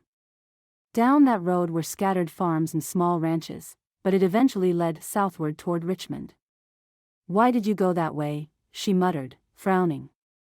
Suspecting Harold borrowed the horse, as he and Martha did not own one, Jenny didn't think he planned to go all the way to Richmond. It was more than 50 miles away. She didn't know if he had family he might go to, but she also didn't think he would leave town. He had a house and a job here, after all. Walking down the road, hurrying now, Jenny followed after them. Hoping he had stopped a short distance away, perhaps once he was out of her sight, Jenny walked as fast as she could. She had only a couple of hours until night fell. An hour passed, making her think she had gone a couple of miles, but she saw no sign of them. Nor did she see a helpful farmer who might have seen them, or a passing horseman who might say, "Sure, they made a left down there." Naturally, she had no idea on how to track them on a hard-packed road. Why aren't there any helpful Indian trackers around when you need one? She muttered. Her feet grew terrible, painful blisters, and the sun sank unhelpfully into the west. Now she grew more frantic, running, shouting Martha's name. The darkness around her grew complete, only the stars above offered her any illumination at all. There was no moon. Nor were there distant lights that may have marked a farm or ranch house, or people. Not far away, coyotes yapped from the darkness. Jenny shivered at the sound. She knew coyotes seldom attacked people, but they were capable of it. Deciding that she would never find them in the dark, Jenny turned around to walk back toward town. At least, she hoped town was in the direction she faced. In the complete darkness, she could easily have turned herself around and walked in the wrong direction. Chapter 12. The 3-day train ride stretched out agonizingly for Wesley. He resented every stop along the route, the stops for water and fuel, to deliver mail, to drop off passengers and add others. He got off as often as he could to stretch his legs, eat the food he brought with him, engage in a friendly game of cards with some cowboys, and try to sleep when he could. But every time he slept, he dreamed of Jenny. Not the good dreams he once had of her, of Jenny laughing, smiling, tickling his nose with the end of her braid. No, these dreams were of Jenny screaming, of Jenny dead, of Jenny horribly mutilated. He never failed to wake with a start, sweat streaming down the sides of his face.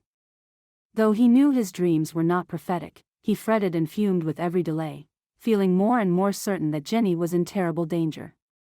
You should try to sleep. Wesley glanced at the stout matron sitting across from him, busy knitting even though it was close to 3 in the morning. I can't, he said. Why aren't you? She smiled broadly, though she clearly had 2 missing teeth. I can never sleep on a train. All the noise, the motion. But I don't have far to go, young man. Where are you bound? Tidewater, Virginia. Nice enough town, I suppose, she said, her needles clicking. I was there for a few years. A long time ago. Do you live there? Wesley shook his head. My bride is in that town. We are to be married, but her friend is in trouble and she won't leave.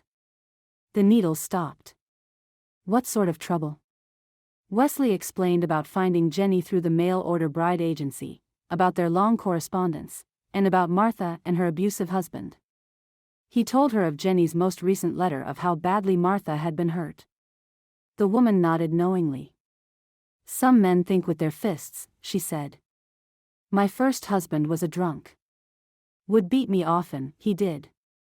Until the day he was so drunk he mistook the old well for the outhouse. Fell in and broke his neck, silly man. Somehow I don't think this one will have any tidy accidents, Wesley said, his tone dry. I just hope I can get Jenny out of there before he hurts her. And what of her friend? Helpless, Wesley shrugged. I can't save the world. Sure, you can. The woman gave him the gap-toothed but sweet smile again. Just ride in and save them both. Unable to figure out how he could possibly do that, Wesley tried to get some sleep. He managed a few hours without the nightmares, and when he woke at dawn, the woman and her knitting were gone. Yawning, he stretched and dug into his bag for some biscuits. Sharing them with a couple of small children across the aisle, he found out from the porter that the train would arrive in Tidewater around noon. His anticipation rising that he would at last meet his new bride, Wesley threw his saddlebags over his shoulder as the train, blowing its shrill whistle, chugged its way into Tidewater. He jumped down and collected his canvas satchel from the porter. Trying to be courteous, he pushed his way through the crowd on the train platform and went into the station office. Where might I find the sheriff? He asked the busy station master behind the counter. Out the door, the man replied, hardly looking up from his papers. Turn left.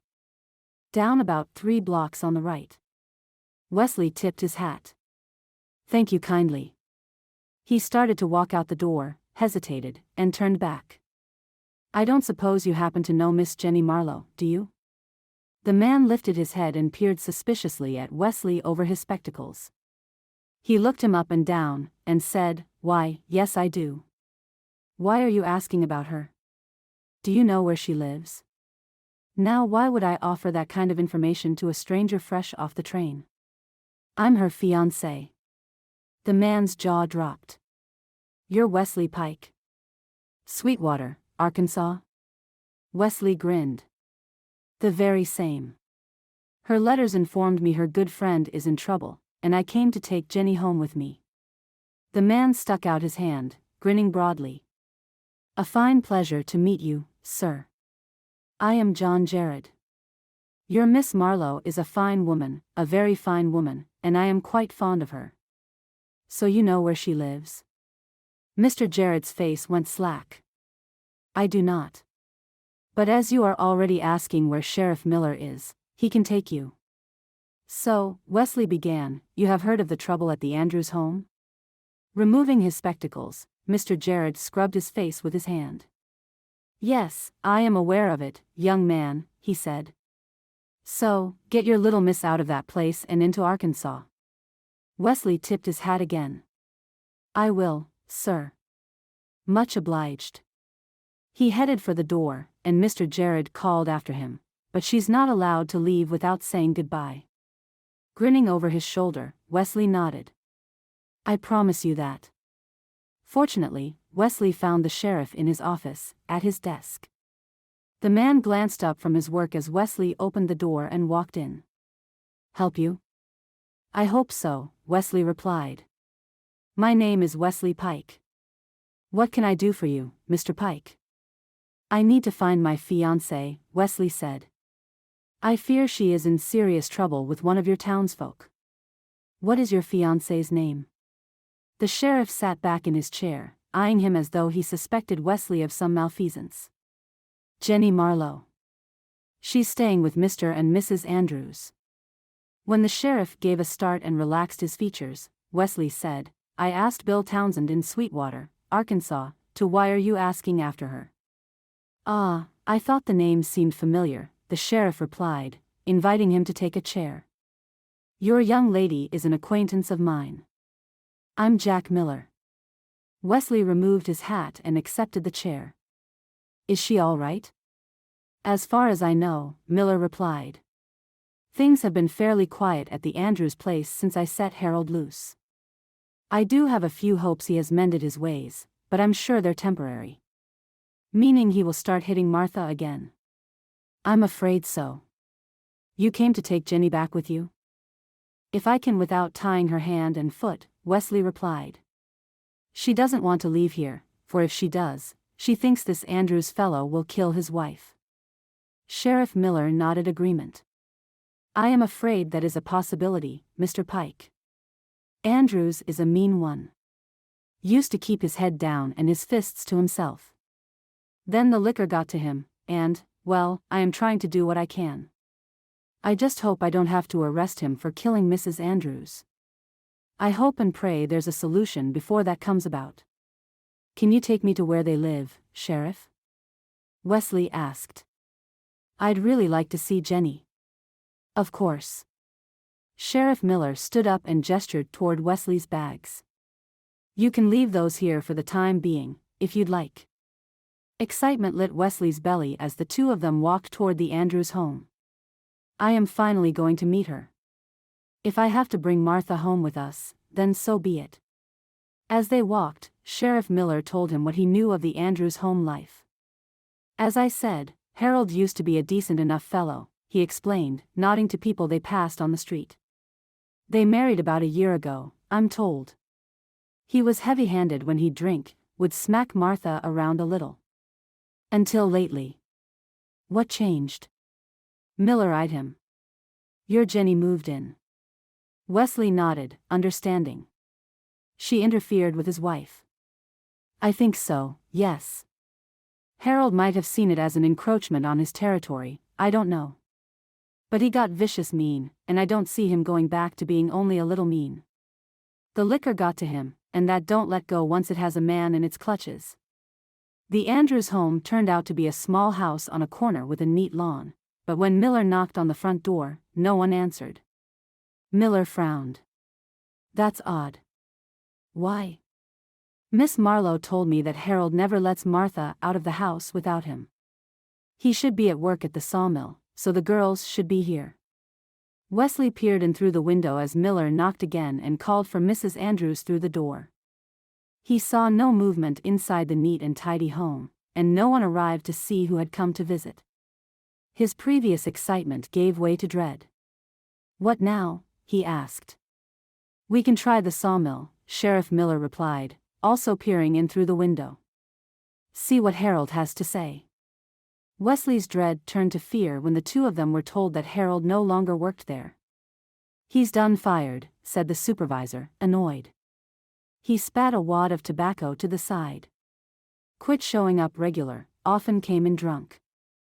I done told him not to come back. I got plenty of good men who need jobs. Don't need him."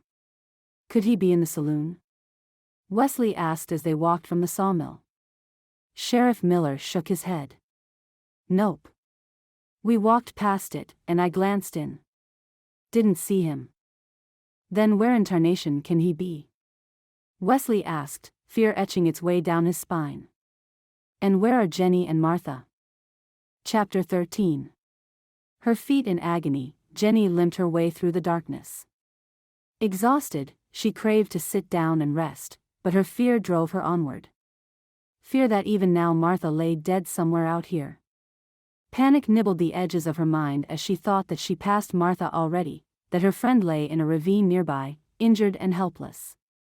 Dying. Or dead. Harold could easily have killed her the moment he rode out of her sight, tossed Martha's corpse aside like a piece of garbage, then galloped on to Richmond to start a new life. And Jenny would walk right by in the dark and never know. "Please don't let her be dead, Lord. Help her. Help me." Fearing the pack of coyotes were following her, Jenny heard them yipping not far behind. She dared not stop, dared not take a few moments to rest. She had no idea how far away town was, and she still worried she walked in the wrong direction. Having never learned to guide herself by the stars, Jenny fretted she was walking nowhere. For she did realize that it was long past midnight, and she should have returned to town by now. At long last, Jenny passed buildings and sheds, marking the edge of town. Breathing a gust of relief, for at least the coyotes would not follow her into a populated place. Or so she hoped.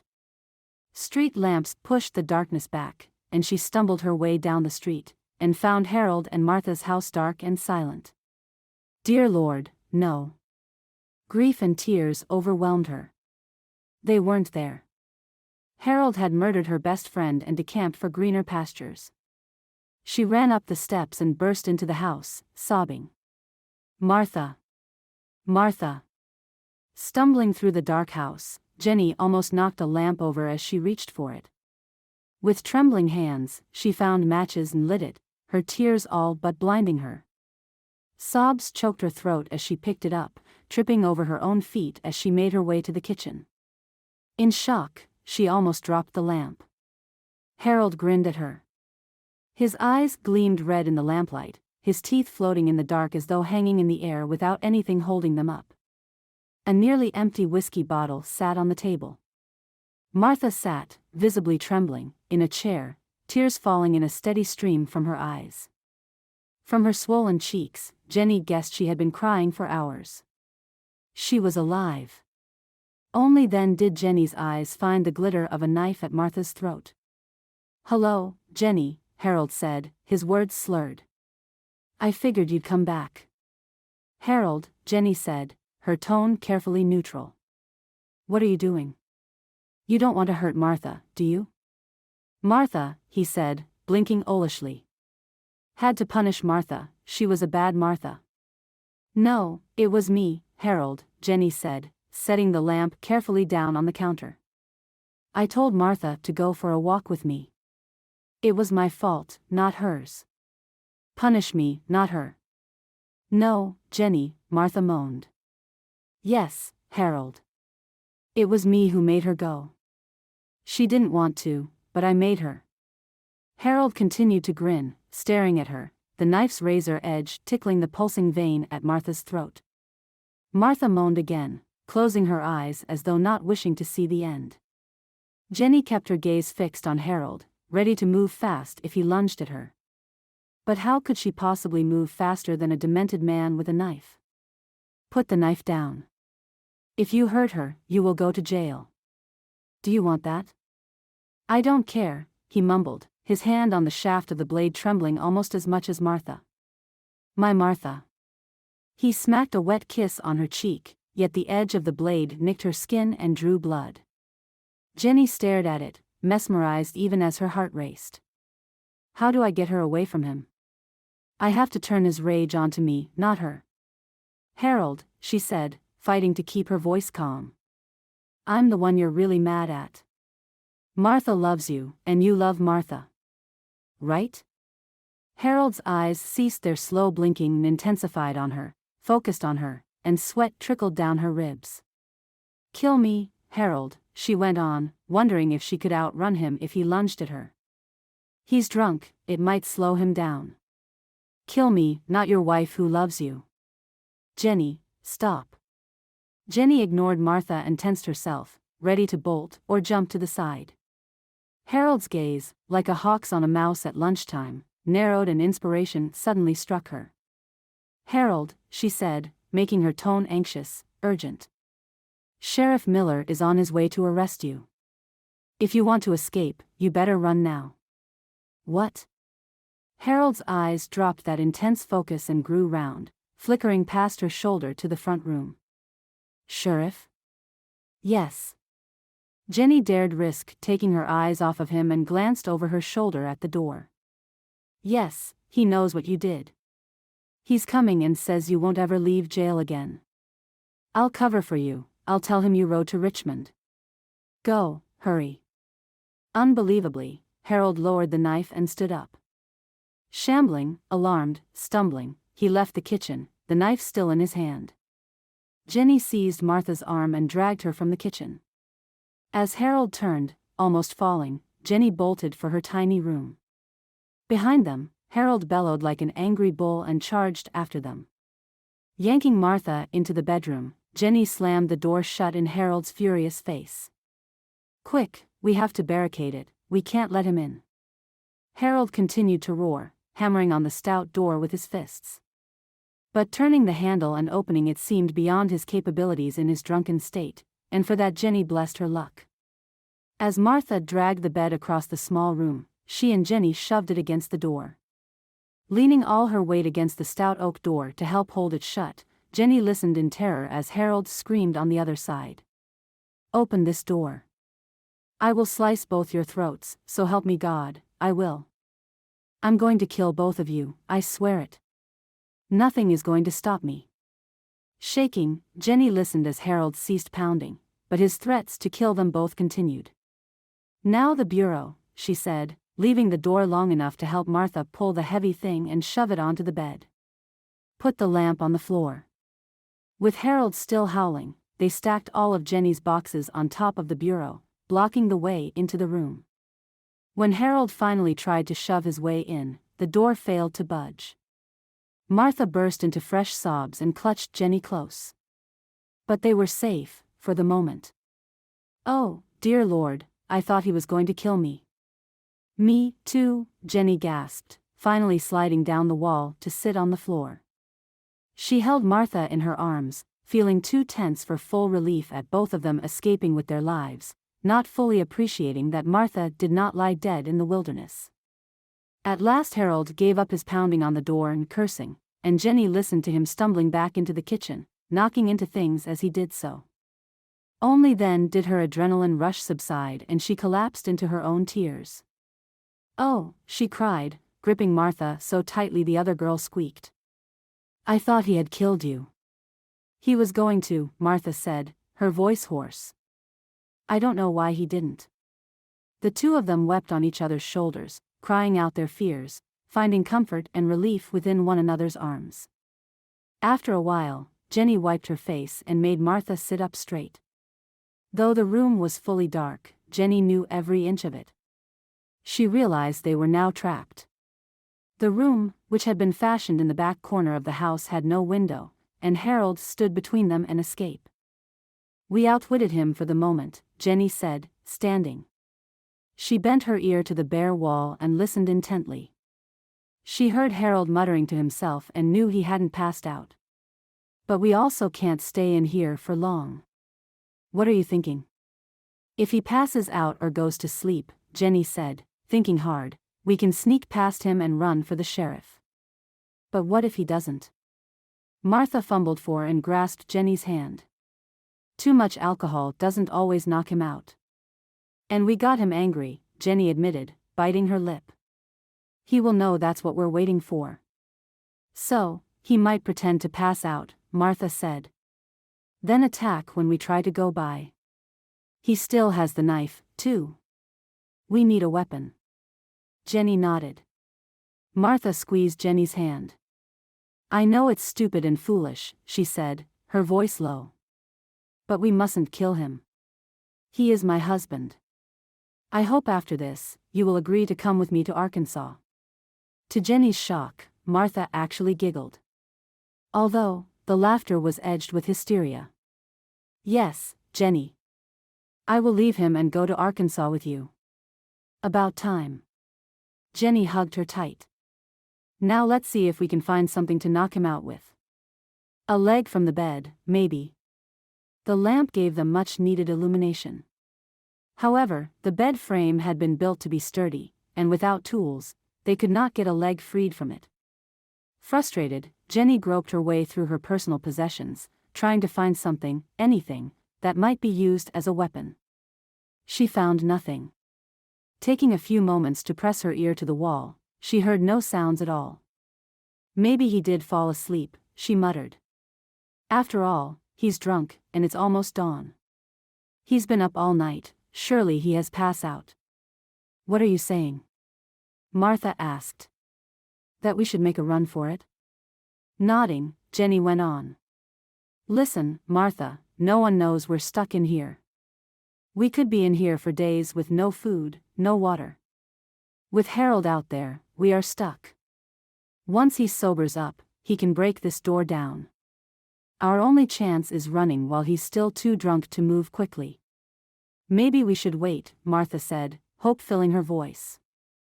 Harold has to go to work soon. We'll wait until he leaves. Jenny forced herself to take a deep breath and keep her voice even. Martha, she said slowly. I don't think he will be going to work. He didn't yesterday. He spent his time drinking. We must not count on that. Her friend's face fell. You're right. I should have thought of that. Listening at the wall again, Jenny thought she heard snoring. At least she hoped she did, and that what she heard was not a product of her imagination. Help me take this stuff down. As silently as possible, she and Martha took the boxes down and set them aside, then took the heavy bureau down from the bed. After pushing the bed away from the door far enough to open it, and cringing with the noise it made, Jenny grabbed Martha's hand. Ready? Chapter 14. After a fruitless search for Jenny and Martha, or any signs of where Harold Andrews might have gone, Wesley gave up after night fell. The Andrews house remained dark and silent, no lamps shone light through the windows. Exhausted from little sleep over the last few days, he checked into the hotel and collapsed on the bed. Once again, he dreamed of Jenny, screaming, blood caking her head, coating her braid. Jerking himself awake, panting, Wesley sat up, wiping sweat from his brow. Where are you, Jenny? Talk to me, girl. Rising, he poured himself a glass of water and drank it, staring out the window. Dawn emerged pink on the horizon, the sun peeking out like a coy maid at her first barn dance with boys. After dressing, he sat in the chair and ate cold fare from his saddlebags. I have to find her. I know she's in trouble, I just know it. His gut in turmoil, Wesley had long listened to it, to his instincts telling him when something was horribly wrong. Harold and the two women missing from their home screamed trouble with strident voices. The man was a drunk, and Wesley had encountered enough men in his life who drank, then grew violent when their normal inhibitions were lowered. He feared that Harold, if he had been drinking the way Sheriff Miller suspected he might be, might already have killed the women and decamped. Leaving his room, Wesley went down the stairs to the front door, small noises from the kitchen informing him that some of the staff prepared breakfast for the guests. The street outside, though the sun had risen, remained empty of townspeople this early. Thinking his first stop should be the Andrews house, Wesley wondered if Sheriff Miller would arrest him for entering the house uninvited. "I don't care," he muttered as he walked the distance to the house. "I'm going in for a look." The Andrews home still appeared peaceful and undisturbed as Wesley approached. His spirits sank as he considered the possibility that Harold had indeed killed the women and had long since fled the area. Needing to go into the house more than ever, Wesley steeled himself to find the corpses of Jenny and her friend Martha inside. Walking up the steps, Wesley heard the piercing scream of terror from within the house. Chapter 15. Hand in hand with Martha, Jenny edged her way through the door, peering down the short hallway. She did not see Harold, and suspected he was in either the kitchen or the front room. While they had been barricaded in her room, the sun had come up, making Jenny realize they had been in there longer than she thought. Wishing she had a weapon of any kind, she crept noiselessly toward the main part of the house. Passing Martha and Harold's bedroom, Jenny peeped inside, hoping to see him passed out on the bed. No such luck. Harold did not lay there, snoring, oblivious to their sneaking past him to escape the house and the danger he presented. Continuing further, her nerves stretched tightly, almost to the breaking point, Jenny searched with her eyes and ears, trying to locate Harold. She no longer heard snoring, if she ever did, and glanced into Martha's terrified eyes. "Where can he be?" she whispered. Martha shook her head. "Maybe he left to go to the saloon." Though that seemed plausible, given Harold's propensity to spend his time there, Jenny's instincts told her not to believe it. Harold wanted them dead, and the full light of day was not enough to stop him. Nor was the threat of going to prison or being hanged for murder. Peering into the kitchen, Jenny sucked in her breath. Harold was not there. Clutching Martha tightly to her, Jenny readied herself for a quick sprint across the front living room to the door. If he was there, waiting for them to make a run for it, Jenny hoped the alcohol in his body would slow him down. "Come on," she whispered, bracing herself. Martha suddenly screamed. Spinning, Jenny found Harold behind them, emerging from the concealment of their bedroom door. She had looked no further than the bed when they passed it, not knowing Harold lurked, hiding, waiting for them to come out. He raised the knife, grinning, his beady eyes red. With Martha between her and Harold, Jenny panicked. "Got you now," Harold snarled. The knife slashed downward. In a move Jenny never expected, Martha twisted her body and slammed herself against the wall. The wicked blade missed her by a fraction of an inch and gave Jenny the opening she needed. Half turning, she smashed the heel of her boot into Harold's knee. Yelling pain, he bent forward, the knife pointed down. Grabbing Martha, Jenny swung her friend out of the hall, screaming, "Get the sheriff! Run!" Not daring to take her eyes from Harold, Jenny distantly heard Martha running, and a sharp pounding. Someone yelled her name, but she ignored it, backing away as Harold straightened up, limping forward, and stalked her. He raised the knife again, his lips curled into a snarl. Knowing she should run, Jenny also knew that to turn her back on him meant her death. The blade slashed downward. Ready for it, Jenny lunged desperately to the side, avoiding it. It missed her, but Harold swiped again, this time sideways. Jenny felt it slice through her dress and across her belly. "I'm going to die." Instantly, Jenny found herself thrown violently to the floor. What the? Looking up, she saw a man fighting with Harold, gripping Harold's wrist to keep the knife up and away from him, punching him violently in the face. Bleeding from his nose and mouth, Harold retaliated with a wicked punch to the stranger's head, knocking him backward. The man stumbled, and Jenny scrambled away from them, hoping to not trip the stranger who had just saved her life. The man recovered faster than she expected, slamming his fist into Harold's face and gut, still keeping the deadly knife away from him. The whiskey Harold continually drank took its toll, and Harold stumbled, now trying to get away from his attacker. By throwing himself backward, Harold yanked his wrist from the other's grip, freeing the knife. With a wild yell, he slashed at the stranger, opening a deep cut on his upper arm. As though the knife had not touched him, the stranger drove himself forward, before Harold's arm could complete a return swing. Even as Harold's elbow cracked him alongside his head, the man took the punishment and gave it back tenfold. With fast, savage punches, the man pummeled Harold's face, knocking him to the floor. The knife spun from Harold's hand. Driving downward, he plunged his knee into Harold's gut, and forcing the wind from his lungs. Harold collapsed, gasping and vomiting, holding his belly with both hands. In a swift motion, the man flipped him onto his front, then knelt between Harold's shoulder blades. Panting, he held his hand over his arm wound, then, oddly, grinned at Jenny. "Hello, Jenny," he said. Astounded, Jenny met the stranger's eyes. Who are you?" "Oh, come now," he said, amused. "After all this time you don't recognize me? Wesley?" At his chuckle, Jenny screamed with joy, and flung herself into Wesley's arms. "Oh, Wes, my Wesley, you're here, you are here." Holding her tight, even as Harold writhed under them still trying to breathe, Wesley laughed in her ear. "Of course, I came, my sweet Jenny. I had to. You wouldn't come to me, so I had to come here to take you home." Laughing, weeping, Jenny wrapped her arms around his neck, unable to stop saying his name over and over. He made soothing shushing sounds, calming her, whispering his love for her into her ear.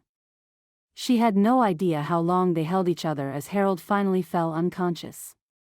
At last raising her face from his neck, Jenny gazed into Wesley's eyes. "I love you," she whispered. Tilting his head, Wesley kissed her tenderly, his mouth feeling perfect on hers.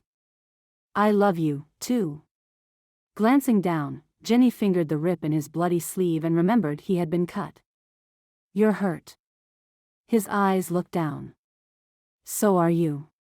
Only then did Jenny realize that Harold's wicked slash had opened a shallow cut across her stomach.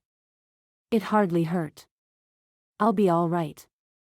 "Where's Martha?" "Martha? Martha?" "I'm here, Jenny. I'm all right." Martha's voice came from behind Jenny. Jenny turned her head and saw Martha cowering against the wall. Jenny's eyes filled with tears. "You're all right then? Truly all right?" "Truly all right." With his hands on her, Wesley helped Jenny to stand. "I don't think this old boy is going anywhere," he said, rising from Harold's inert body. But he bent to pick up the knife and toss it well away from Harold in case he woke up. His good arm over Jenny's shoulders, he walked her away just as Sheriff Miller burst into the house, his gun drawn. Seeing Harold unconscious and both Jenny and Wesley upright and relatively unharmed, he pushed his hat back on his head. Then he glanced at Martha, who was following them. "I reckon I'm a bit late," he commented. Jenny buried her face in Wesley's shoulder, trembling with the after-effects of nearly being killed. "He tried to murder Martha and me," she said, her voice muffled. "So he'll go to jail for a while. Long enough for you two, and Mrs. Andrews, to get to Arkansas, and stay there. Harold will never know where his wife went." They watched Miller handcuff Harold. Wesley led Jenny and Martha from the house, and Jenny murmured, "Martha never told Harold where you lived. You will let her live with us for a while, won't you?"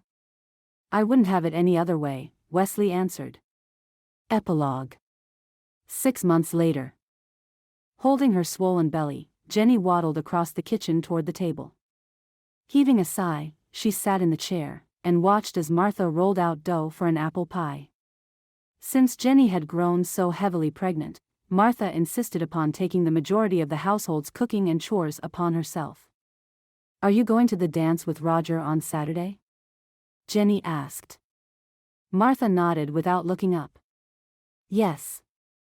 He's such a sweet man. I can't believe I've fallen in love with him so fast. Well, I never thought I'd even want to fall in love again." Caressing her stomach, and the baby within it, Jenny felt dismay. "But you can't marry him until you're free from Harold." Pausing, her arms covered to her elbows in flour, Martha turned. Roger says that he will marry me if I can get a divorce from Harold. I'm thinking to see a lawyer about it. Well, you certainly have cause, Jenny replied. No judge will insist you remain married to a man who tried to kill you. I hope not. Hearing horses' hooves outside the ranch house's kitchen, both Jenny and Martha glanced toward the kitchen door. Through the window, they both saw Jenny's husband, Wesley, dismount and tie his horse to the post. He got back from town quick, Jenny said. I hope nothing's wrong. As Wesley opened the door, his wide grin brought relief. I have a surprise, he said. But rather than approach Jenny, Wesley went to Martha, pulling something from his pocket. His grin faded. I hope this does not distress you, he said. It's a telegram. For me? Martha wiped her hands on a damp towel, then tentatively reached for it. Wesley gave her the telegram, then stepped back, and rested his hand on Jenny's shoulder. As Martha read, her free hand covered her mouth. Tears filled her eyes and dripped down her cheeks. Anxiety filled Jenny. Martha? What is it? What's wrong? Martha finally looked up. It's from Sheriff Miller back home. Harold was released from prison last week. Knowing that his sentence for trying to murder the two of them was 6 months, Jenny nodded. So why the tears? Martha swallowed, using her shoulder to wipe the tears from her face. He was killed. In a saloon brawl. Oh, my lord. Crumpling the paper, Martha took a deep breath and gazed across the room, her eyes distant. Even though he never loved me, she said slowly, he was my husband. I should feel grief. But, well, I don't. Of course, you don't, Jenny cried. Not after what he did to you. And what he did to you, Martha added. She frowned slightly and looked down at her clasped hands. I'll pray for his soul, she said. Jenny went to her and put her arm around her waist. Everything's all right, now, Martha. I'm happy for you. A tentative smile crossed Martha's face. Oh, Jenny. I'm free. I'm free now. Jenny smiled. Yes, Martha, you're free. Wesley came over to them both. He looked into Jenny's eyes and smiled. A new beginning for all of us, now. Jenny nodded. Yes. For all of us now. The end. Thank you for listening to this heartwarming story by Susannah Calloway. You can be assured that all her books are clean and wholesome.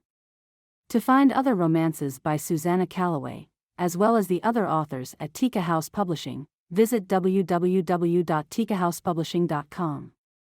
Remember to hit like and subscribe, and we will see you in the next Susannah Calloway Western romance.